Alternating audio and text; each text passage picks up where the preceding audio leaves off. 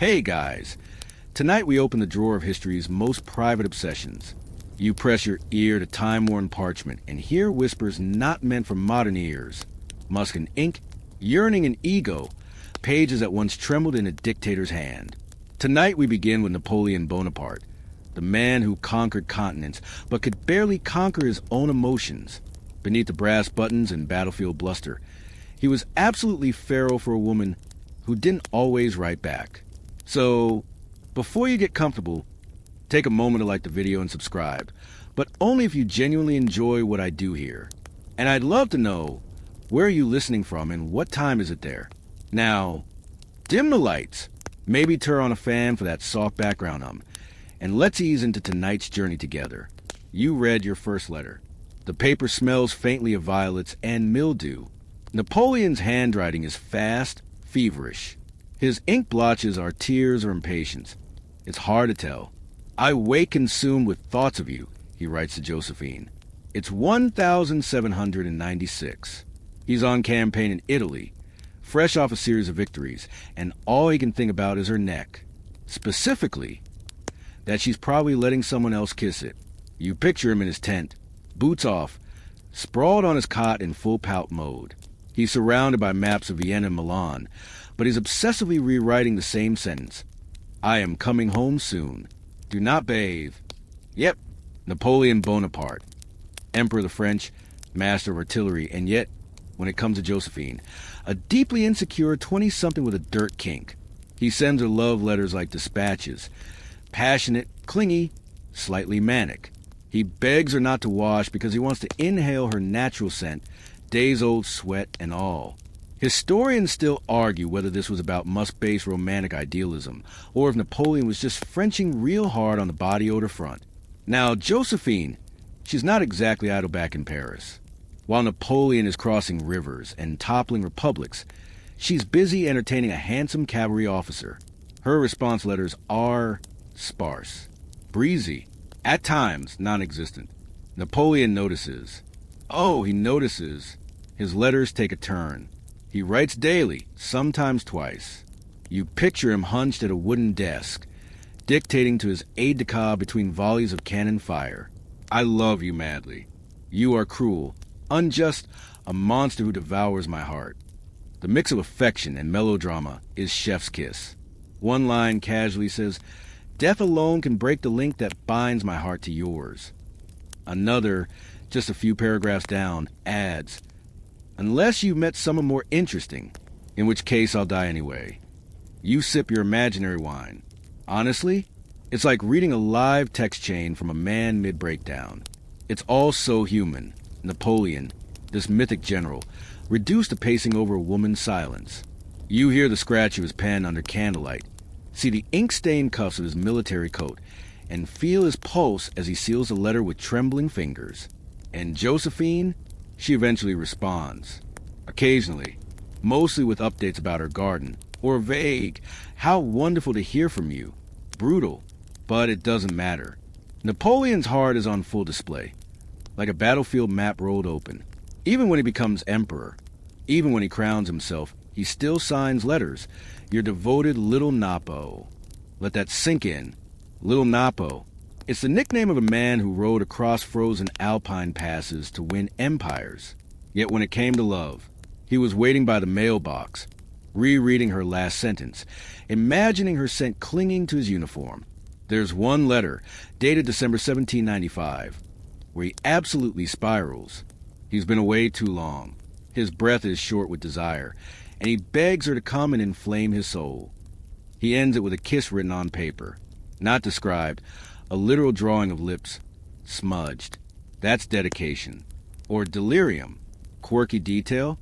Napoleon often demanded she stop sending letters through servants. He wanted her own handwriting. He was convinced her maids were fabricating notes, covering for her affairs. That's a kind of spy thriller level insecurity that would make any modern situationship feel tame. And yet, what makes all of this sleep-worthy isn't just the passion, it's the rhythm, the repetition. You imagine the silence between letters like deep breaths between waves. Napoleon tossing in his cot, the candle burning down, writing and rewriting the same aching phrases. One historian noted that Josephine's inconsistent replies weren't necessarily cruel. They might have just been normal. Napoleon was the outlier. The man had feelings and absolutely no filter.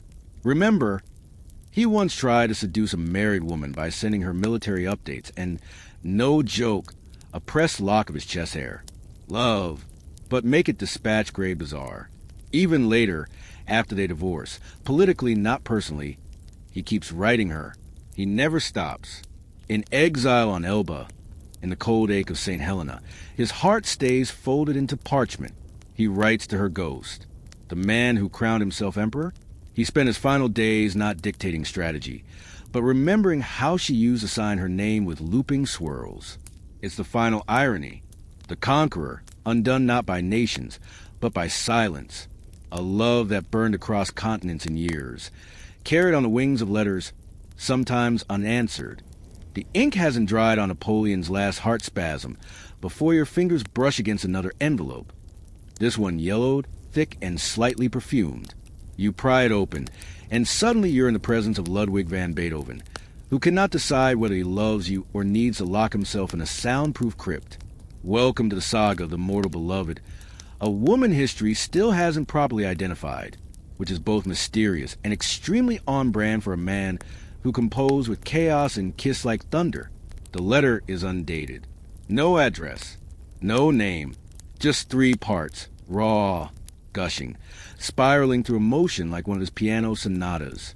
My angel, my all, my very self. You're probably thinking, this sounds like a Nicholas Sparks novel. But hold that thought, because 3 lines later, he's talking about how his heart's full of so many things to say, but he can't find words.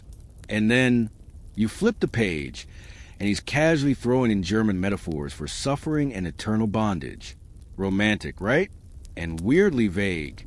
The letter is addressed to no one. Scholars still argue whether it was meant for Countess Giulietta Guicciardi, Annie Brentano, or some other tormented aristocrat who once brushed his wrist while refilling the schnapps. You trace the swirls of his pen, and suddenly you're back in Vienna, 1812. Beethoven is deaf, miserable, and recently ghosted. He's vacationing in a spa town, presumably for his nerves. And that's where he writes this 3-part emotional haymaker to a woman he calls immortal. That's the lot, even by tortured genius standards. Historians debate whether this was a desperate reunion attempt, a breakup letter, or just Beethoven journaling with way too much flourish. But the content is clear. He is not okay. He scrawls about how they should be together, how fate is cruel, and how nothing, not even oceans, can separate their souls. He signs off with, ever thine, ever mine, ever ours. You want to roll your eyes. You do. But then he hits you with that ever ours, and suddenly your chest gets a little tight. That's the thing about Beethoven. Just when you're ready to call him dramatic, he composes the emotional equivalent of a meteor shower. Meanwhile, this mysterious woman, whoever she was, is now a ghost in footnotes. She didn't keep her letters. Or maybe we just haven't found them.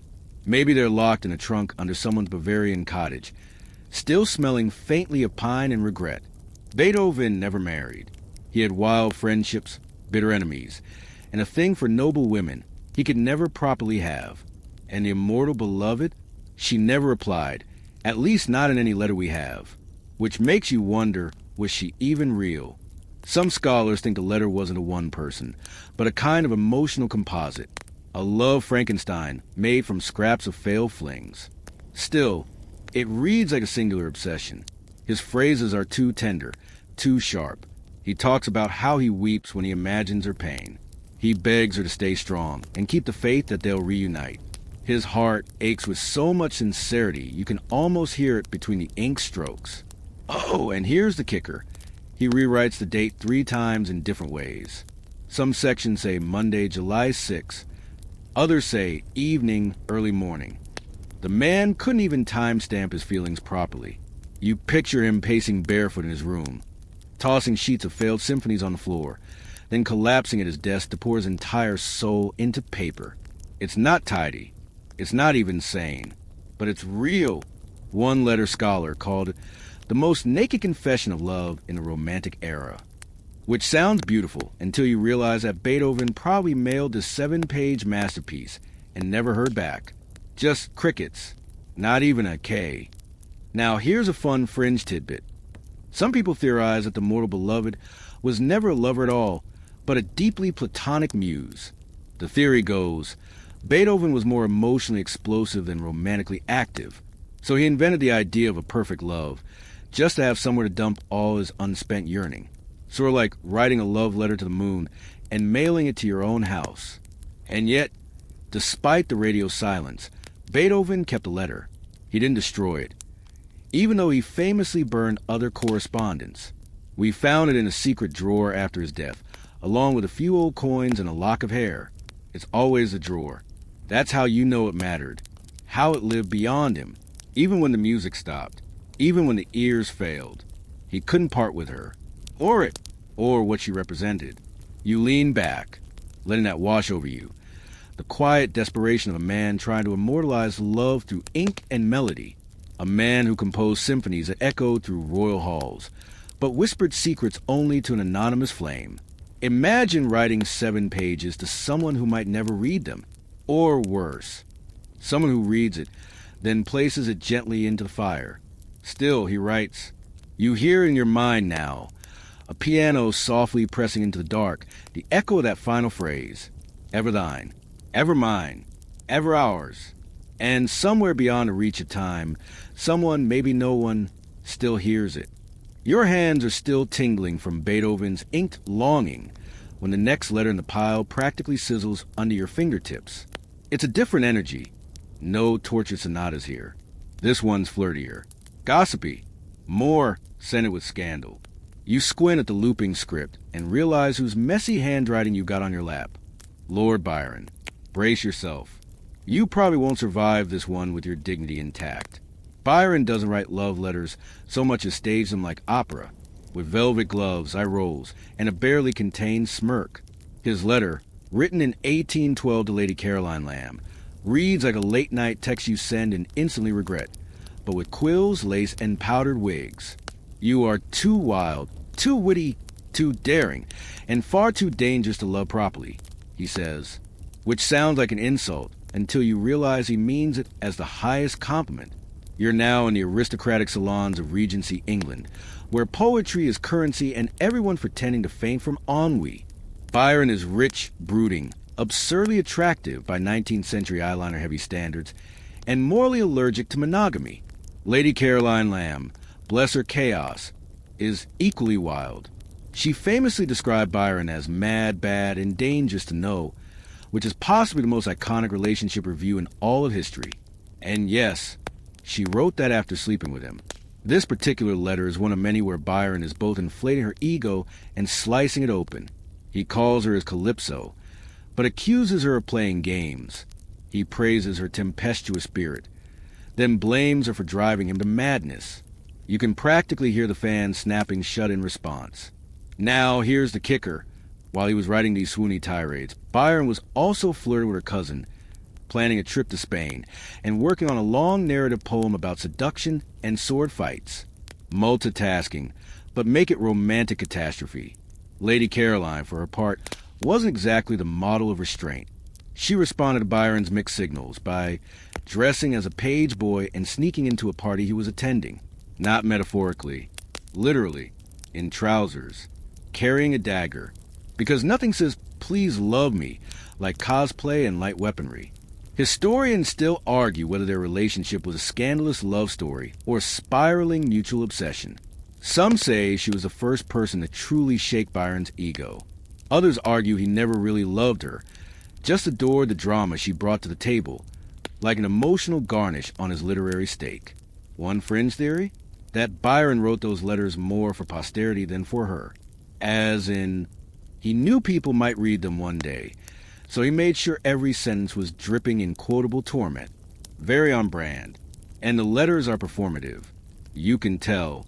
He says things like, if you were less charming, I should hate you far less, which sounds more like a line from a romantic musical than anything a stable adult should say to someone they once proposed to, then ghosted, then wrote a poem about. Byron ends a letter with an almost absurd flourish. I would rather see you in your grave in another's arms. Yikes, dude. But before you get too judgy, remember, this was an era when people fainted for attention, and duels were just lightly scheduled mood swings. Passion had to be theatrical. Byron was merely playing his part. What makes these letters particularly juicy isn't just the content, it's the fallout. Lady Caroline kept writing to him, long after the affair had imploded. She once mailed him a pubic hair wrapped in paper, labeled yours. Yep, that happened. Byron, ever the melodramatic poet, burned some of her letters, but others survived, tucked into his personal effects, scrawled with marginal notes that range from madness to what did I even see in her? Modern scholars see their letters as psychological duels, more than expressions of affection, love weaponized with syntax. Each line a little more unstable, yet impossible to look away from. It's like watching a chandelier sway above a ballroom. Beautiful, glittering, and likely to fall on someone, but there's a strange tenderness buried underneath. Byron once wrote, "You are the only woman I ever feared," which, considering his long roster lovers, is saying something. Fear, in this context, wasn't negative. It was electric. Still, you get the feeling that neither of them knew what they actually wanted, just that they wanted, and wanted loudly. One historian called their relationship an open-wound dress in poetry, which feels accurate. You imagine them circling each other like literary gladiators, quill in one hand, cocktail in the other, dueling over metaphors and moonlight. And eventually, inevitably, it all collapsed. Byron married someone else, then promptly separated. Caroline spiraled, emotionally, socially, dramatically. She wrote a novel thinly veiled as revenge, portraying Byron as a villainous seducer. He responded by not responding. Iconic levels of petty. But still, the letters remain. You hold one now. Its ink faded, but the sarcasm still practically vibrating off the page. It's not sincere like Beethoven. It's not sweet, but it's honest in its own theatrical, champagne-soaked way. And strangely, it's restful, because love, in all its chaos, makes even the messiest letters feel like lullabies, especially when they're signed with a wink and a warning. You fold the letter back into its brittle envelope and sigh. Somewhere in history's junk drawer, Lord Byron is probably still writing emotionally unstable poetry in the afterlife. You barely have time to recover from Byron's velvet tantrum before the ink on the next letter tugs you down a very different path. Quieter, stranger, and surprisingly earthy. No perfume salons or tragic rotations here. Tonight, you're walking into the candlelit bedroom of Frida Kahlo. The letter you hold is stained slightly in one corner, possibly lipstick, possibly paint, possibly mole sauce. With Frida, it could be all three. It's addressed to her husband, Diego Rivera, though husband feels like an overly simplistic word for what they were. Co-conspirators, mutual saboteurs, soulmates held together with safety pins, and tequila. Diego, my Diego, it begins. You are a toad, a genius, a mountain, a child. Okay then, as you read, you can almost smell the cigarette smoke curling through the room. You can feel the scratch of her corset, worn to stabilize her broken spine, and hear the tiny clink of her earrings, shaped like little hands, brushing her neck. Frida's words are raw, like they've been dragged straight from her bones. She doesn't seduce. She declares. This letter, written during one of their many separations, isn't just about love. It's about ache. She writes about the way he fills her dreams, the way his voice makes the walls breathe. And then she casually drops in that he's probably sleeping with someone else. Frida doesn't ask him to stop. She just wants him to come home when he's done. This might seem tragic until you realize it's Frida's version of control. She understood Diego. Understood that his loyalty would never be sexual, but spiritual. And despite his endless flings, including one with her own sister, she kept orbiting him like a sun that burned too hot, but kept her blooming anyway. Historians still argue whether Frida's love for Diego was empowerment or self-erasure. Some say she was fiercely independent and chose him repeatedly. Others argue she was emotionally shackled, defined by her devotion to a man who never really deserved her. But then you read lines like, "I love you more than my own skin," and you realize it was never about worthiness. It was about magnetism. Frida and Diego married, divorced, and then married again because normal relationship arcs were for other people. In this letter, she doesn't beg or grovel. She doesn't flatter. She simply exists through the page, radiating the kind of love that's less about romance and more about gravity. Frida also writes about pain, physical and emotional. She mentions the surgeries, the endless recovery beds, the canvas that served as her only escape. You picture her in that four-poster bed in the blue house, mirrors on the ceiling, so she could paint her own face over and over again, as if trying to remind herself she was still real. And yes, she scolds Diego for his affairs, but even her anger is poetic. She calls his lies tiny papier-mâché monsters that dance on your breath. Then she ends a paragraph by saying she still dreams of him cooking beans shirtless. Frida had a way of making even betrayal sound like a mural. There's a line in this letter where she writes, "I will wait for you until my blood runs backwards." You pause. Let that one settle. She wasn't writing for Diego alone. She was writing for herself, for the act of expression, for survival. One quirky detail tucked near the end of this letter. She doodled a small portrait of Diego inside a watermelon. No explanation, no context, just a toad-shaped Diego inside fruit. That's peak Frida. Some scholars believe she used these sketches to anchor her emotions. Others argue she simply couldn't separate art from life, even in her letters. The ink was never just ink. It was pigment, emotion, essence. And through all of this, her brutal honesty, her obsessive love, her endless hurt, Frida's voice stays strong. Tired, yes, but unbroken. She signs off not with yours forever or with all my love, but with this, come home soon. Or don't. I will still be painting. That's not surrender. That's sovereignty. Frida's letters are like paintings you can hear. They don't follow logic. They bleed into each other. They slap you and then cradle you in the same breath. And they make excellent bedtime reading. Oddly enough, because once you walk through her world, everything else seems quieter by comparison. You fold the letter gently, wondering if the lipstick smudge really was lipstick, or just the mark of something that can't be categorized. Maybe love like that doesn't need answers. It just needs space.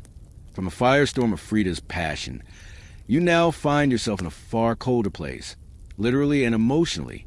You're not in a steamy artist studio anymore. You're in a gloomy, drafty study in 18th century Russia, and the letter in your hand is so sharp it could slice a man's ego in half. Tonight, you're eavesdropping on the correspondence of Catherine the Great. Yes, that Catherine, the empress with the towering wigs, sprawling empire, and a love life that still sparks more gossip than her 30-year reign. But the love letter you're holding now, it's not sweet, not even close. It's the romantic equivalent of being gently pushed off a horse and then told it's your fault for being in the saddle. This one's addressed to Grigory Orlov, her former lover, father of one of her children, and once the most powerful man in her empire. But by the time this letter was written, he'd become, shall we say, less interesting to her. You were once a lion, she writes. Now you merely roar at shadows. Oof, that's cold. And yet, there's a softness lurking beneath her elegantly curt sentences. Catherine didn't waste ink. Her style was economical, regal, and as layered as a well-baked Russian pierogi. Even when she's saying, "Please stop writing to me drunk," it somehow comes off as queenly. She thanks Orlov for a gift of dogs. He sent her 3 borzois, but then reminds him she already has too many. She wishes him health, but also suggests more fresh air and fewer tavern visits. She reminisces about their long rides through the palace grounds, only conclude, it is best those rides remain in memory, not reality. Historians still argue whether Catherine truly cared for Orlov to the end, or merely tolerated him as a political necessity. Some say he was her great love. Others argue he was just a stepping stone on the road to actual power. What's undeniable is how their relationship evolved. Flaming hot to frostbitten, yet oddly respectful. The tone of this letter? Imagine texting your ex to say thanks for the birthday socks, then casually adding that your new partner is taller, richer, and a better conversationalist. In Latin, Catherine wasn't cold-hearted, though, in fact, She kept Orloff close long after their romance ended, giving him land, pensions, and even access to court. But this letter marks a turning point. She's not cruel, just clear. No more illusions. And here's the quirky detail you didn't expect. She enclosed with this letter a miniature portrait of her favorite borzoi, not herself. Basically saying, I'm done, but here's a dog pic. Even in heartbreak, Catherine was a meme queen. The letter ends with a kind of flourish only an empress could pull off. I remain, as ever, Catherine. That's it. Not with love. Not your Catherine. Just Catherine. Mike dropped in cursive. You imagine Orloff reading that in the shadowy corner of his estate, crushed velvet robes slipping off one shoulder, muttering something incoherent about betrayal and borzois. He probably kept the letter, and the dog pic. And here's the thing. Catherine's love letters are rare not because she didn't write them, but because she burned most of what she received. She hated sentimentality in others, even as she indulged in it privately. The woman ruled over 50 million people, modernized an entire empire, and still found time to tell someone their beard made them look like a disappointed onion. You tucked the letter away, feeling slightly scolded yourself. Maybe it's her tone. Maybe it's the sheer efficiency of her heartbreak. Either way, it leaves a chill in the air. Still, it's oddly soothing, like hearing someone explain in exquisite detail why you're no longer needed, but also that your contribution was briefly appreciated. If that's not the ultimate breakup lullaby, what is? You stretch your legs slightly as you lean back deeper into the pillows. After Catherine's bone-dry royal shade, it's time for a different kind of heat, still commanding but far less restrained. Now, imagine parchment that smells faintly of cigars, ink smudged by a restless hand, and the words tumbling over one another like someone couldn't write fast enough. Because tonight, you're holding a letter written by none other than Napoleon Bonaparte. Yes, the man who conquered half of Europe, wore a hat shaped like a sofa, and demanded obedience with just a twitch of his eyebrow. He had a soft, gushy, downright chaotic love letter game. And his most famous recipient? Josephine de Beauharnais. Napoleon's letters to Josephine aren't just romantic. They're needy, frenzied, hilarious, and occasionally kind of gross. If Catherine the Great was a master of icy control, Napoleon was all molten cheese in a lava cake of passion. Take this gem, written just days after their wedding while Napoleon was away on campaign. I wake up full of you. Your image and the memory of last night's intoxication have left no rest to my senses. You blink. It's like reading a 19th century drunk text. Except this drunk text ends with, "Come quickly or I shall bite my sheets." That's not metaphor. He meant it. Josephine, for her part, was less enthused. Historians still argue whether she truly returned Napoleon's affections or simply played the part for security and social standing. Her replies are cool, polite, and sometimes conspicuously delayed. In one case, she didn't respond for 10 days. 10. Imagine Napoleon pacing in his tent, stomping around in his knee-high boots, muttering about betrayal and ungrateful duchesses. And here's your quirky detail for the evening. Napoleon once scolded her for bathing too often. Yes, too often. He famously wrote, "Do not wash, I'm coming home." A line that lives in infamy alongside E.T. Too Brute, but with less stabbing and more mustiness. Yet, in the same breath, he writes with a kind of tragic tenderness. "Without your heart, your soul, your body, I am nothing." Then he pivots to war strategy, then back to her ankles. It's like whiplash in cursive. And this contradiction between military mastermind and lovesick teenager makes his letters uniquely soothing in a way. You feel the ache of someone who could command 1,000 men, but couldn't command one woman's punctual affection. Even when he's angry, his passion reads like lullaby material. "You have crushed my soul," he writes in one letter. But then he adds, "And yet I remain forever your devoted little Napo." Little. Napo. If your eyelids weren't already fluttering, that phrase alone should do the trick. Some scholars think Josephine's aloofness only fed his obsession. She was clever, charismatic, and had a certain elusive charm that made men, even emperors, go a little mad. But she also had debts, scandals, affairs. She wasn't some fragile flower.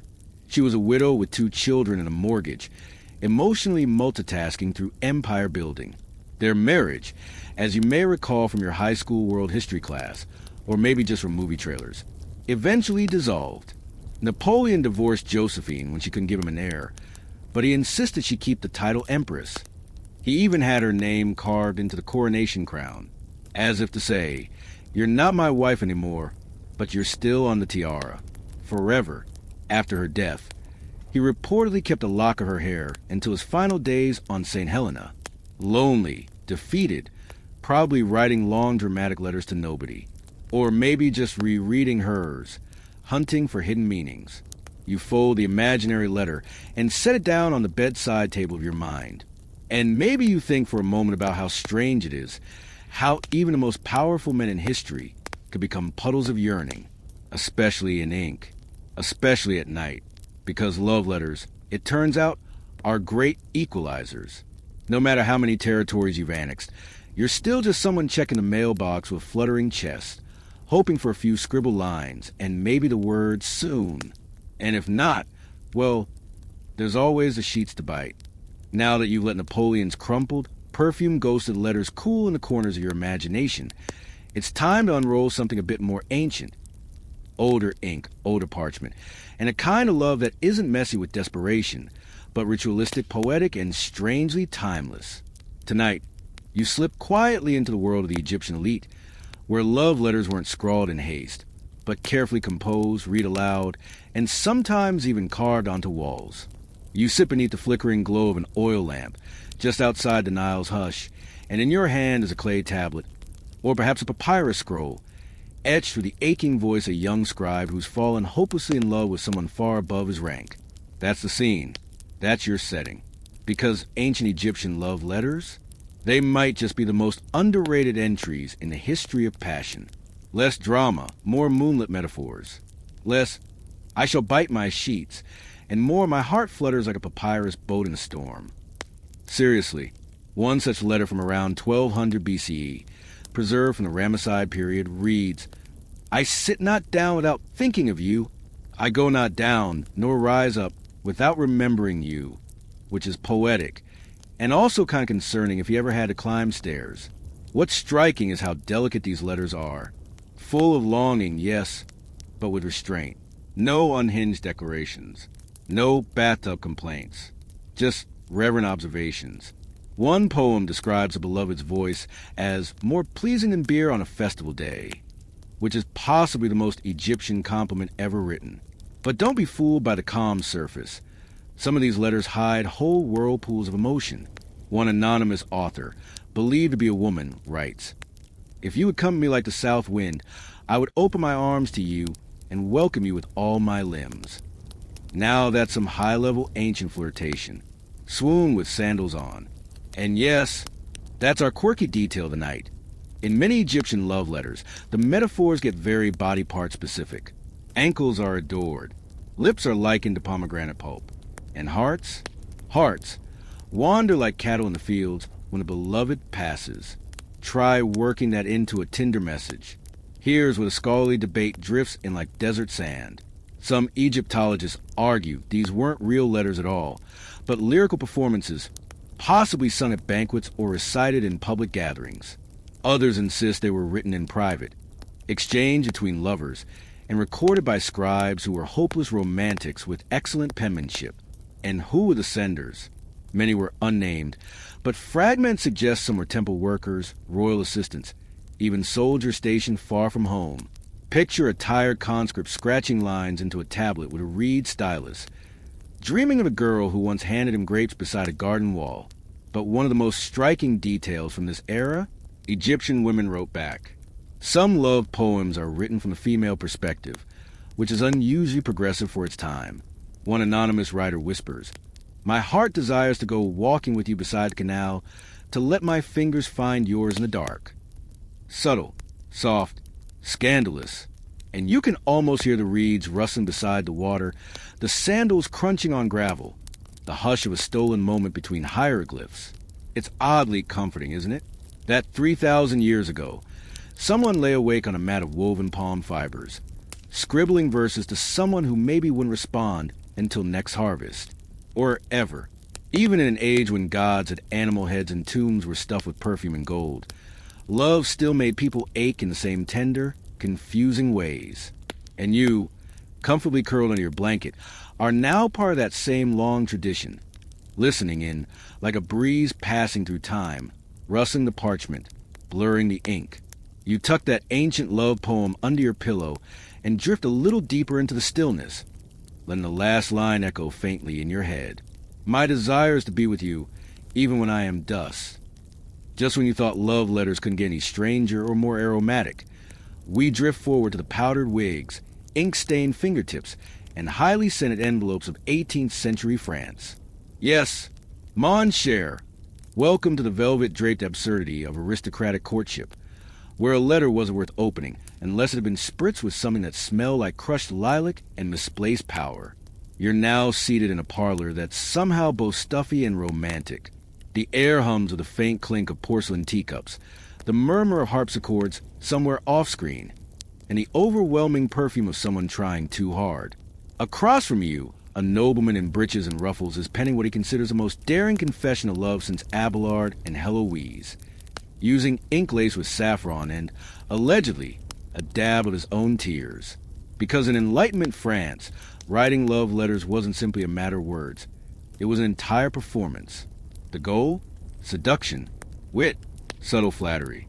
And very important, sending it on exactly the right stationery, folded with mathematical precision, and preferably sealed with a monogram wax stamp pressed under a moonlit sky. Let's begin with our man of the hour, the Marquis de Sévigné.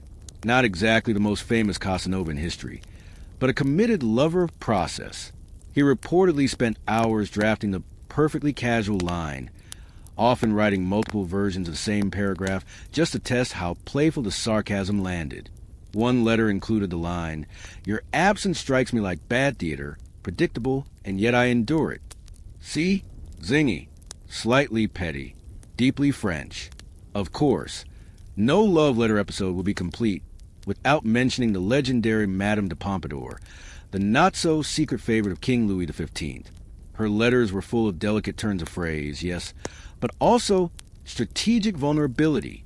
One surviving note reads, "I send you not my heart, for you have taken it already. Instead, I send my patience, for it wears thinner than your trust." Historians still argue whether this was playful rebuke or gentle manipulation. Either way, it worked. Now for our quirky footnote. Perfumed ink. No, really. By the mid-1700s, it was common among the elite to infuse writing materials with scent. Lavender for longing, rose for devotion, musk for, let's just call it boldness. Some letters even smelled of citrus peel or cinnamon oil, both believed to stir affection, or at least stave off the smell of unwashed wigs. And don't overlook the paper itself. Embossed, dyed, trimmed with gilt edges. Some noble women in the court of Versailles are said to have sent letters folded into elaborate origami shapes, hearts, birds, fans, each fold layered with metaphor. One rather elaborate specimen from 1774 included a small dried violet pressed between the pages. The message? I wither without you. Dramatic, yes. Effective? We'll never know. But let's now dim the lights a bit and peer into the margins. Not all letters in this period were soft and swoony. Some were barbed, satirical, even coded. During the French Revolution, aristocrats penned desperate love letters in invisible ink, often lemon juice, that doubled as pleas for escape or loyalty oaths disguised as sonnets. A few notes from imprisoned nobles began with flirtation and ended with escape routes. Historians continue to debate whether these letters were genuine expressions of love, or they simply followed courtly conventions too closely to be taken seriously. Was that wax-sealed heart really breaking, or just trying to maintain appearances in society where affection was expected to rhyme? The 18th century French love letter in all its powdered excess reveals something rather universal. The way people tried, desperately, to make intimacy feel both public and private, to make longing look good. You picture someone fidgeting in a brocade coat, staring at a half-written sentence for hours, unsure whether to say adore or esteem, because both could tip the social balance in entirely different directions. And you You're still curled in the dark, drifting slightly now, your mind coated in roses and sarcasm and curling ribbons of lavender-scented ink. You imagine receiving one of those folded missives, tucked discreetly in a glove or hidden under a plate at dinner. You wouldn't need to read it right away. Just inhaling would tell you everything. Let your thoughts settle there on perfumed parchment as powdered silhouettes swirl in candlelight, forever exchanging sighs across embroidered salons, until the ink fades and the scent becomes memory. You're not sure what time it is now, only that the room around you feels quieter, thicker, as if draped in old velvet and secrets. You're still floating, still tucked inside centuries of longing, this time trading corsets and scented ink for steel pens, foggy moors, and the tightly wound world of Victorian restraint. Tonight, you're stepping into the world of love letters as they were penned in 19th century England, repressed, reverent, and utterly obsessed with handwriting. You're sitting in a drafty drawing room. A fire crackles somewhere nearby, barely warming the edges of a chilled heart. The letter in your hands is written in looping, painstaking cursive, with phrases so polite they almost forget to be romantic. Now, imagine this. Charles Darwin, king of natural selection, once wrote a love letter that included a pros and cons list for getting married. On the pro side, constant companion, better than a dog. On the con side, less money for books. Sexy, right? Somehow, he still proposed to his cousin Emma, and despite the complete lack of smoldering poetry, they stayed married for 43 years. Historians still argue whether Darwin's letters reflect genuine affection, or were simply a rational man's attempt at performing emotion. By contrast, let's look at Charlotte Bronte, who, in a move that would make Jane Eyre proud, fell hopelessly in love with her Belgian tutor, Constantine Heger. Her letters to him, written in messy French, were desperate, intense, and entirely one-sided. "I would rather suffer the greatest physical agony than be cold and distant toward you," she wrote. He never responded. In fact, he tore her letters into pieces. His wife later retrieved and sewed them back together, presumably with a look of eternal disapproval stitched into every seam. And here's our quirky Victorian twist. During this era, the envelope became the secret stage for romantic drama. Lovers would position stamps at strategic angles on the envelope, each tilt communicating something. A stamp upside down, "I love you," diagonally across the corner, "I am not free." And this, mind you, in a world where showing your ankle was practically a marriage proposal. By the mid-1800s, public mailboxes had become emotional landmines.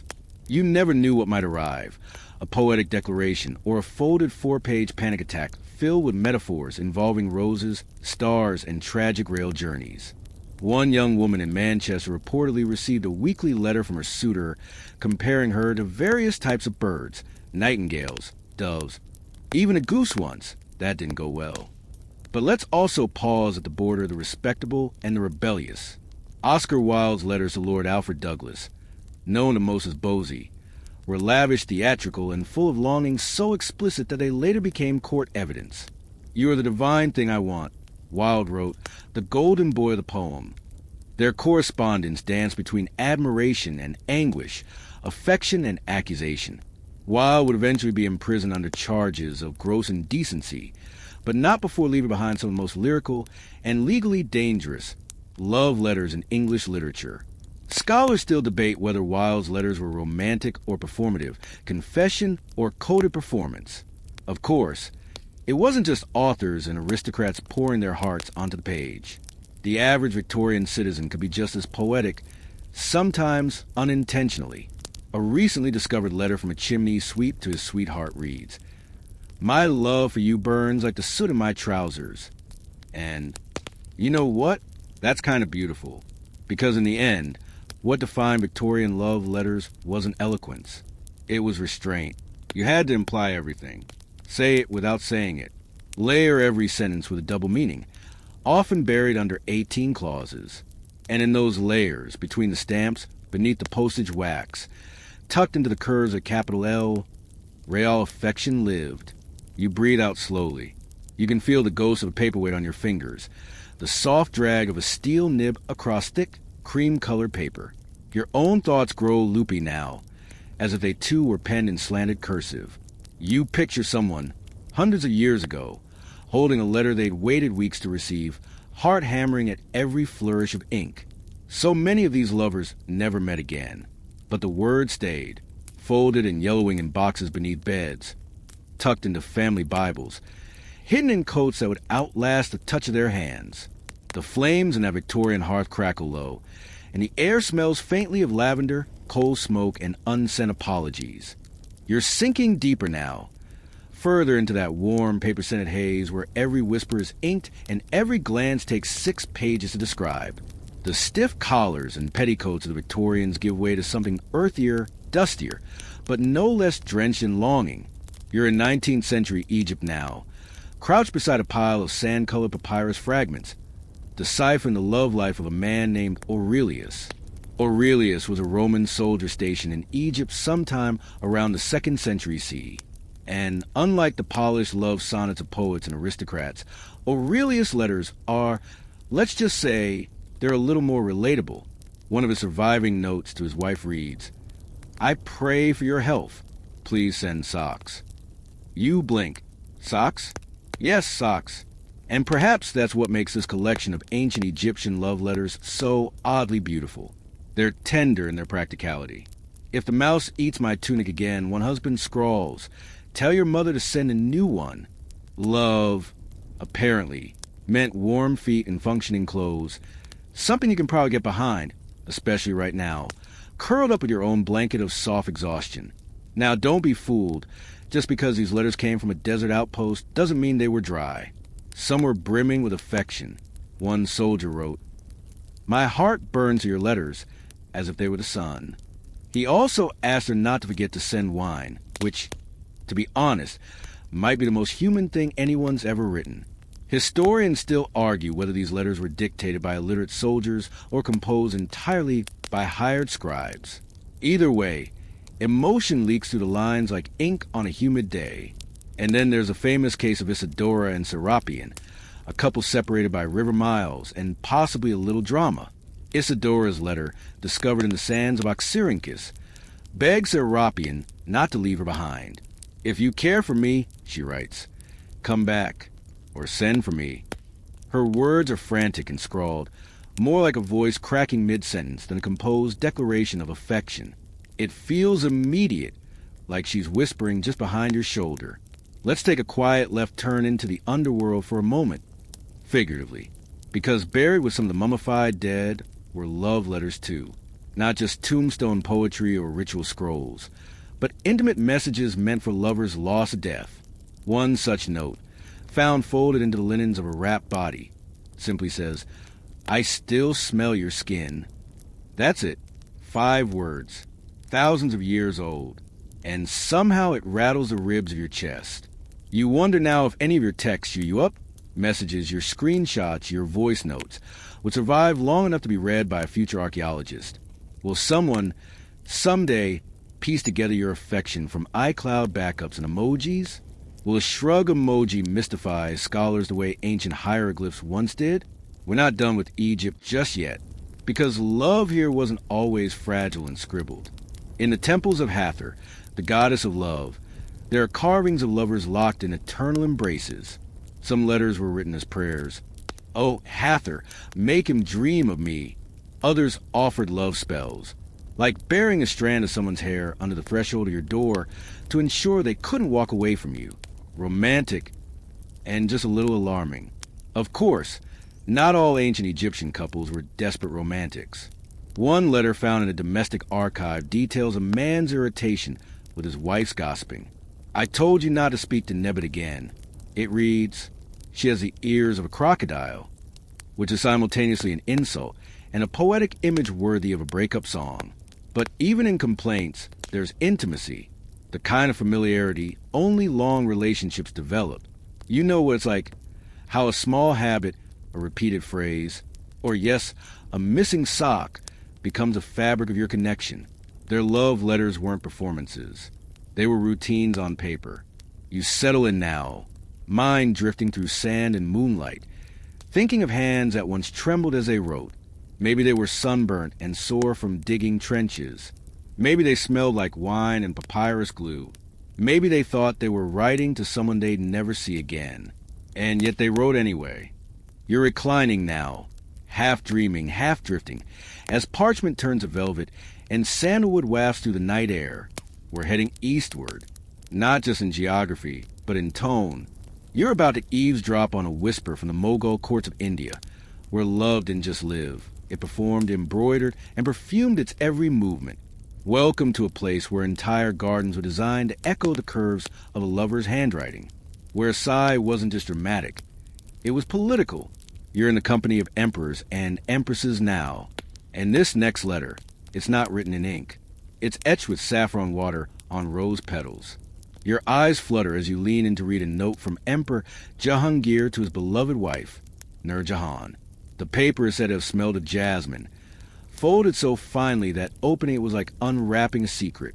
Jahangir wrote, "Your absence is a wound I dress each night with memories."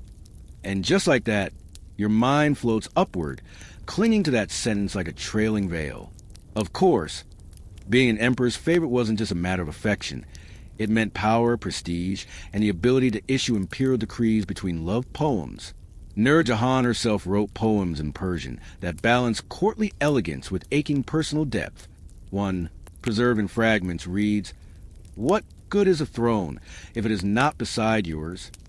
Historians still argue whether these verses were penned solely by Nur Jahan or smoothed over by courtly scribes keen to polish the queen's legacy. But you sense something raw beneath the golden ink. Now, you're tiptoeing through palace corridors. Servants shuffle past. There's a rustle of silk, and somewhere an inkpot spills, on purpose, because in the Mughal world, love letters weren't just documents. They were weapons, charms, and sometimes escape plans. You stumble on a scandal tucked between cushions, a letter from a lesser wife to a visiting poet. Do not speak of your verses. Speak only of your arrival. A bold line, so bold, in fact, that the poet reportedly fled in the night, terrified of imperial retaliation. Love in a harem could be intoxicating, but it came with more strings than a sitar concert. Still, not every letter was whispered by royalty. In Agra's bustling bazaars, everyday lovers scribbled notes on cloth scraps, pottery shards, even carved into mango pits. One particularly vivid line from a baker to his wife goes, "Your coal burns my eyes even when I dream." And that's not even the oddest metaphor in the pile. Another letter compares longing to waiting for monsoon rain, both sweet and maddening, especially when the air won't move. You glance down now at a preserved bundle of Mendi letters, love notes exchanged during wedding preparations, painted in henna on hands or feet. Some were coded, others coy. One simply said, "I will know it's you by the way your silence presses the air." It's the sort of line that lingers behind your eyelids even after the ink is gone. And then, because no era is complete without a love triangle, you stumble upon a set of letters allegedly exchanged between Prince Khurram, later Shah Jahan, and a woman who was not Mumtaz Mahal. They're brief, tense, and laden with metaphor.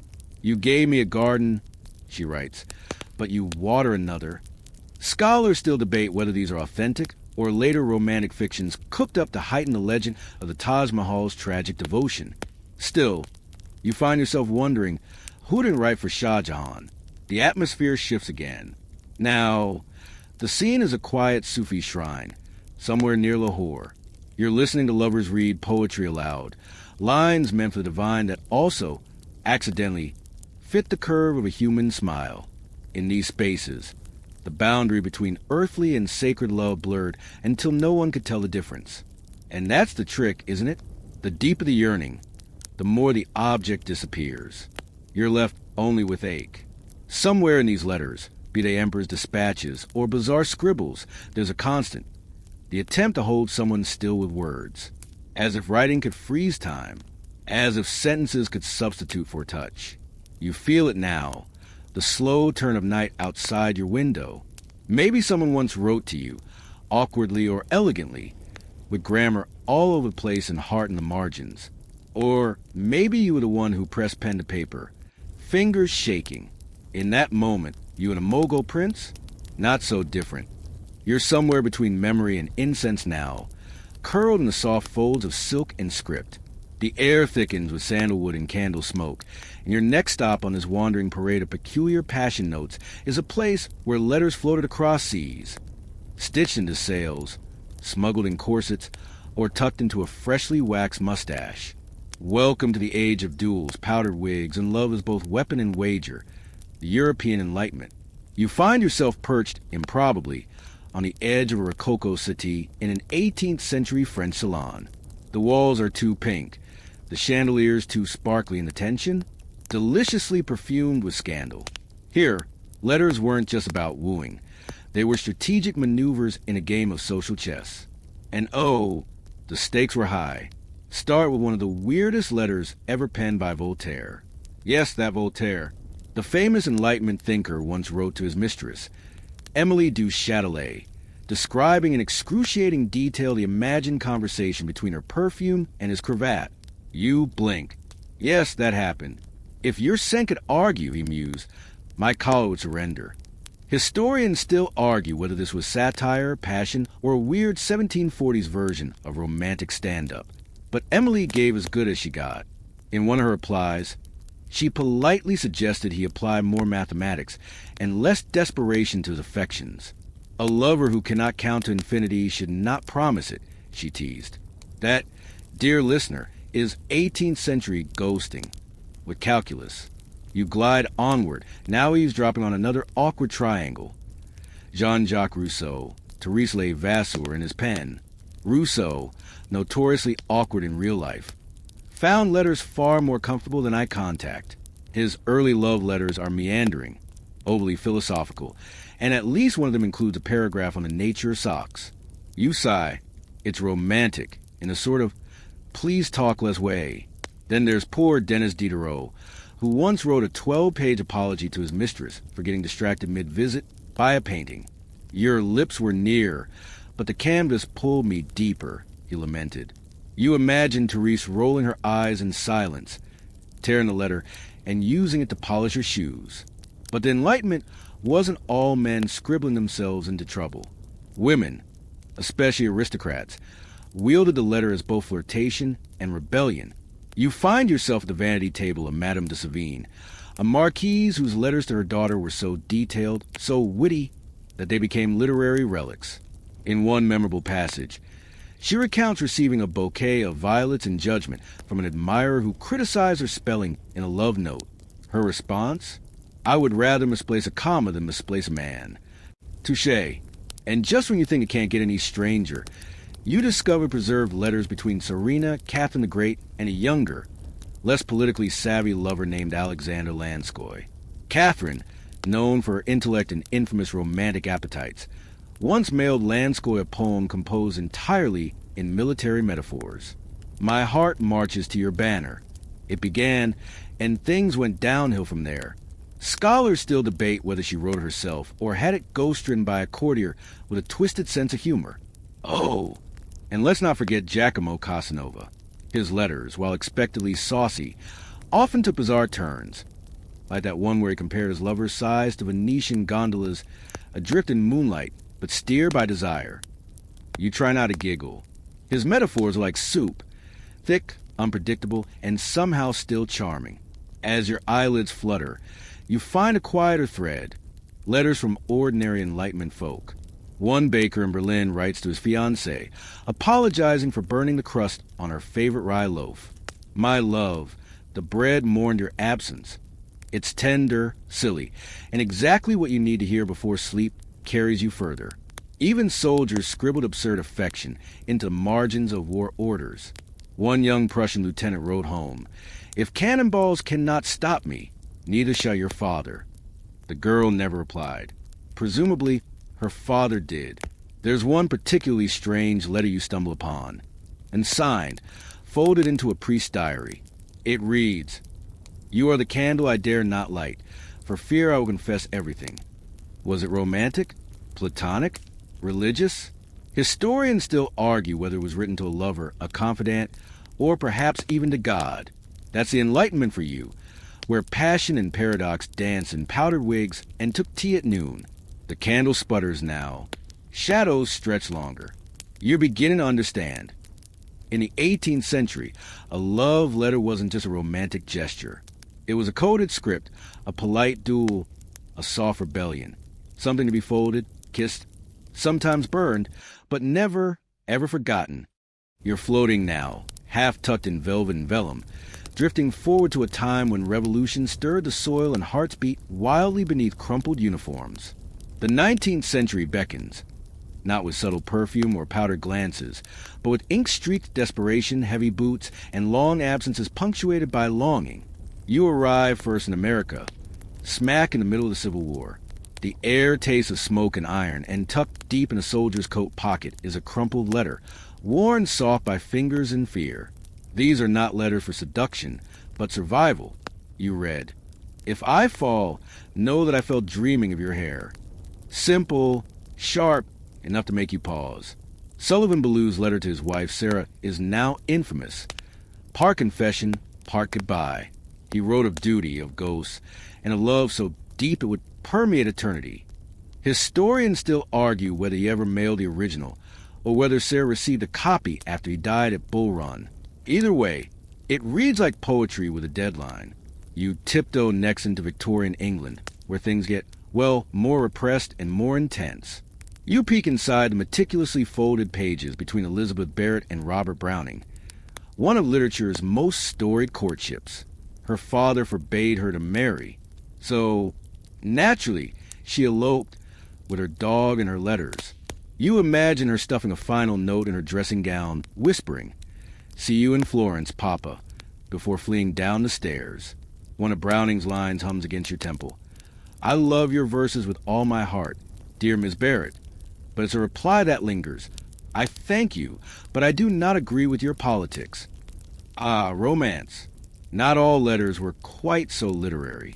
You skim the scratch missives of a Welsh coal miner writing to a schoolteacher he hoped to marry. "Your face," he wrote, "is kinder than porridge." You don't know whether to laugh or cry. Probably both. Further afield, you find yourself in India under the British Raj. Letters between Indian intellectuals and their partners reveal a beautiful blend of tradition and modern rebellion. One Bengali poet, caught between colonial pressure and personal longing, writes, "Your anklets sing louder in my mind than the governor's orders." That sentence alone could get him jailed or married. Letters in the 19th century weren't always written to lovers, either. Some were addressed to statues, spirits, or, your personal favorite, a pet frog named Prince Wellington by a lonely French widow. She penned weekly updates, reporting village gossip and her worsening arthritis. "I fear, dear Welly, I am turning into a croissant." Historians still argue whether she suffered from senility or just extraordinary charm. You step now into a dim study in Moscow, pages scattered like leaves. It's Dostoevsky, tortured, broke, and deeply in love. His letters to Anna Grigorievna are a roller coaster of gambling apologies, theological musings, and tender scribbles. In one letter, he swears off roulette forever. In the postscript, he asks for money to return to the tables. Then there's Leo Tolstoy, who once wrote his wife an 8-page treatise on why marriage was a form of spiritual imprisonment, while proposing to her. "You are the chain I choose," he mused, cheerfully pessimistic. And she, apparently, agreed. Their marriage was both tender and tempestuous, marked by 13 children and hundreds of contradictory love letters. Scholars still argue whether they were in love or in literary warfare. Meanwhile, you land in Japan. The Meiji era hums quietly, and you're watching a samurai-turned-poet scratch out haiku-like love notes on rice paper. One reads, "If the cherry blossoms fall, slash may they land, slash upon your sleeve." A gentle breeze seems to carry it away. In New Zealand, a Maori woman writes to her fiancé, an English settler, refusing his offer unless he learns her language. "Love cannot speak through dictionaries," she insists. He replies months later, using only Te Reo Maori. Reader, she married him. The most bizarre letter of the 19th century might belong to Ludwig II of Bavaria, known fondly as the Mad King. He once sent a perfumed scroll to the composer Richard Wagner, comparing their artistic connection to the bond between a moon and a swan. "Let us be operatic together," it read. Wagner, wisely, replied with a thank you note and a 3-week vacation. As the candle of the century flickers low, you feel a warmth in these letters, not just passion but persistence. Long-distance love in the 1800s wasn't for the faint-hearted. Letters took weeks, sometimes months. One Englishwoman, unaware her fiancé had died in Australia, continued writing to him for 3 years. Her final letter simply read, "I hope you're warm." You imagine she never knew. And so you float again, past postmarks and postage, realizing that for every grand romance, there are hundreds of quiet, peculiar, persistent ones, carved into ink, lost in rain, and folded beneath pillows for safekeeping. These weren't just declarations. They were lifelines. Your hands still smell faintly of old ink and lavender as you float onward, entering the era where love could ride on rails, and gossip could beat it there. You're stepping into the late 19th century and early 20th now, a time when love letters had to compete with telegrams, censors, and the occasional overenthusiastic homing pigeon. You find yourself drifting into the Belle Époque, brushing up against lace curtains in a Parisian flat. On the nightstand lies a stack of letters tied with faded silk. Oscar Wilde's correspondence. He's sharp, scandalous, and always 2 syllables away from arrest. His letters to Lord Alfred Douglas, whom we call Bosie, range from philosophical treatises on beauty to flat-out romantic tantrums. One moment he writes, "You are the atmosphere of beauty through which I see life," and the next, he's lamenting the price of lilies. Historians still argue whether Wilde's downfall was more due to the affair or the letters themselves. Spoiler: Victorian morality doesn't like jokes about Greek statues. You move on to a cramped flat in St. Petersburg where a revolutionary is busy being romantic. Leon Trotsky, yes, that Trotsky, once penned a love letter comparing his wife's handwriting to the symmetry of Lenin's arguments. Be still your Marxist heart. And yet, even revolutionaries get mushy. He ended one letter with, "Yours an eternal class struggle and affection." Probably not on a Hallmark card. You drift now to a more delicate place, Vienna. Sigmund Freud's letters to his fiancée Martha might surprise you. Despite the mustache and the obsession with dreams involving cigars, he was frankly smitten. In one note, he complains that without her, his thoughts are like a cat without cream. Another laments her long silence, suggesting he might die of overanalysis. He didn't, of course, but the phrase Freudian slip might have started in a love letter. Then there's Frida Kahlo, who doesn't bother with subtlety. You stumble into her correspondence with Diego Rivera like it's a monsoon. Her letters bleed paint. "You are a hurricane wrapped in velvet," she writes. "You crush me gently." Frida's passion comes with color, protest, and just a dash of tragic self-awareness. One letter ends. "My heart is tired. My hands, oh, still yours." Historians still argue whether her pain shaped her love or the other way around. Speaking of tortured souls, Virginia Woolf's letters to Vita Sackville-West arrive next. You're curled up now in the English countryside, inside a study that smells like candle wax and unspoken feelings. "I am reduced," Virginia writes, "to a thing that wants Virginia," then corrects herself. "No, Vita, you." Ah, yes, the emotional clarity of a literary genius unraveling mid-sentence. These letters were not only affectionate, but experimental, and their legacy lives in Orlando, Woolf's love letter turned novel. Across the Atlantic, in a Harlem boarding house, a poet named Langston Hughes is quietly folding up a page he's read 30 times. His letters, though less preserved, hint at deep tenderness. One note never sent simply says, "I would read your breath if I could." Scholars still argue whether Hughes was in love and heartbreak or just incredibly poetic about loneliness. Meanwhile, in a small apartment in Berlin, Albert Einstein is scribbling down equations and a very peculiar letter to his wife. In it, he lists rules for their marriage. You would not expect affection. One line reads, "You will stop talking when I ask." Not exactly roses and wine. But then, love isn't always written in verse. And frankly, you wouldn't want Einstein writing your vows. Let's not forget lovers in less famous quarters. In rural Vietnam, during the French colonial period, young couples developed a form of love letter poetry called Say Dao, often left anonymously in fields or tucked into baskets. One line reads, "I folded my longing into rice paper, but the rain blurred it away." If that doesn't tug your blanket a little tighter, you might be a brick. Elsewhere in Brazil, a woman named Carolina Maria de Jesus, living in a Sao Paulo favela, kept a notebook filled with love letters never sent. She was too busy surviving. One note reads, "If you ever look up and see the stars, remember one fell for you but landed in garbage." Decades later, her diary would become a best-selling book. At the time, she remained invisible, and yet her words glowed. You glide into the trenches now. World War I. The air is metallic and wet. British soldiers wrote home on government-issued postcards, limited in what they could say. One young man wrote his wife, "Thinking of your tea. Miss you. Also socks." But between the lines, between all's well and no news, there lived a silent, thudding heartbeat. In France, a soldier sketched a tiny rose in the corner of every letter. In Russia, one scrawled proposal with charcoal on the back of a ration tin. You hover now over a pile of censored mail in Cairo. During the Great War, colonial soldiers from India and Africa served on foreign soil. Many couldn't read or write, so they dictated letters to scribes. A Senegalese soldier once dictated, "The desert is cruel, but it cannot make me forget the rhythm of your walk." The scribe added a line of his own, "This man loves you with all the dust in his lungs." Even at sea, sailors wrote love letters on onion skin paper, sealing them in biscuit tins. One man sailing from Manila tucked a lock of hair inside and scribbled, "I may never return, but this part of me is already home." That letter was found unopened decades later, inside a thrifted trunk in California.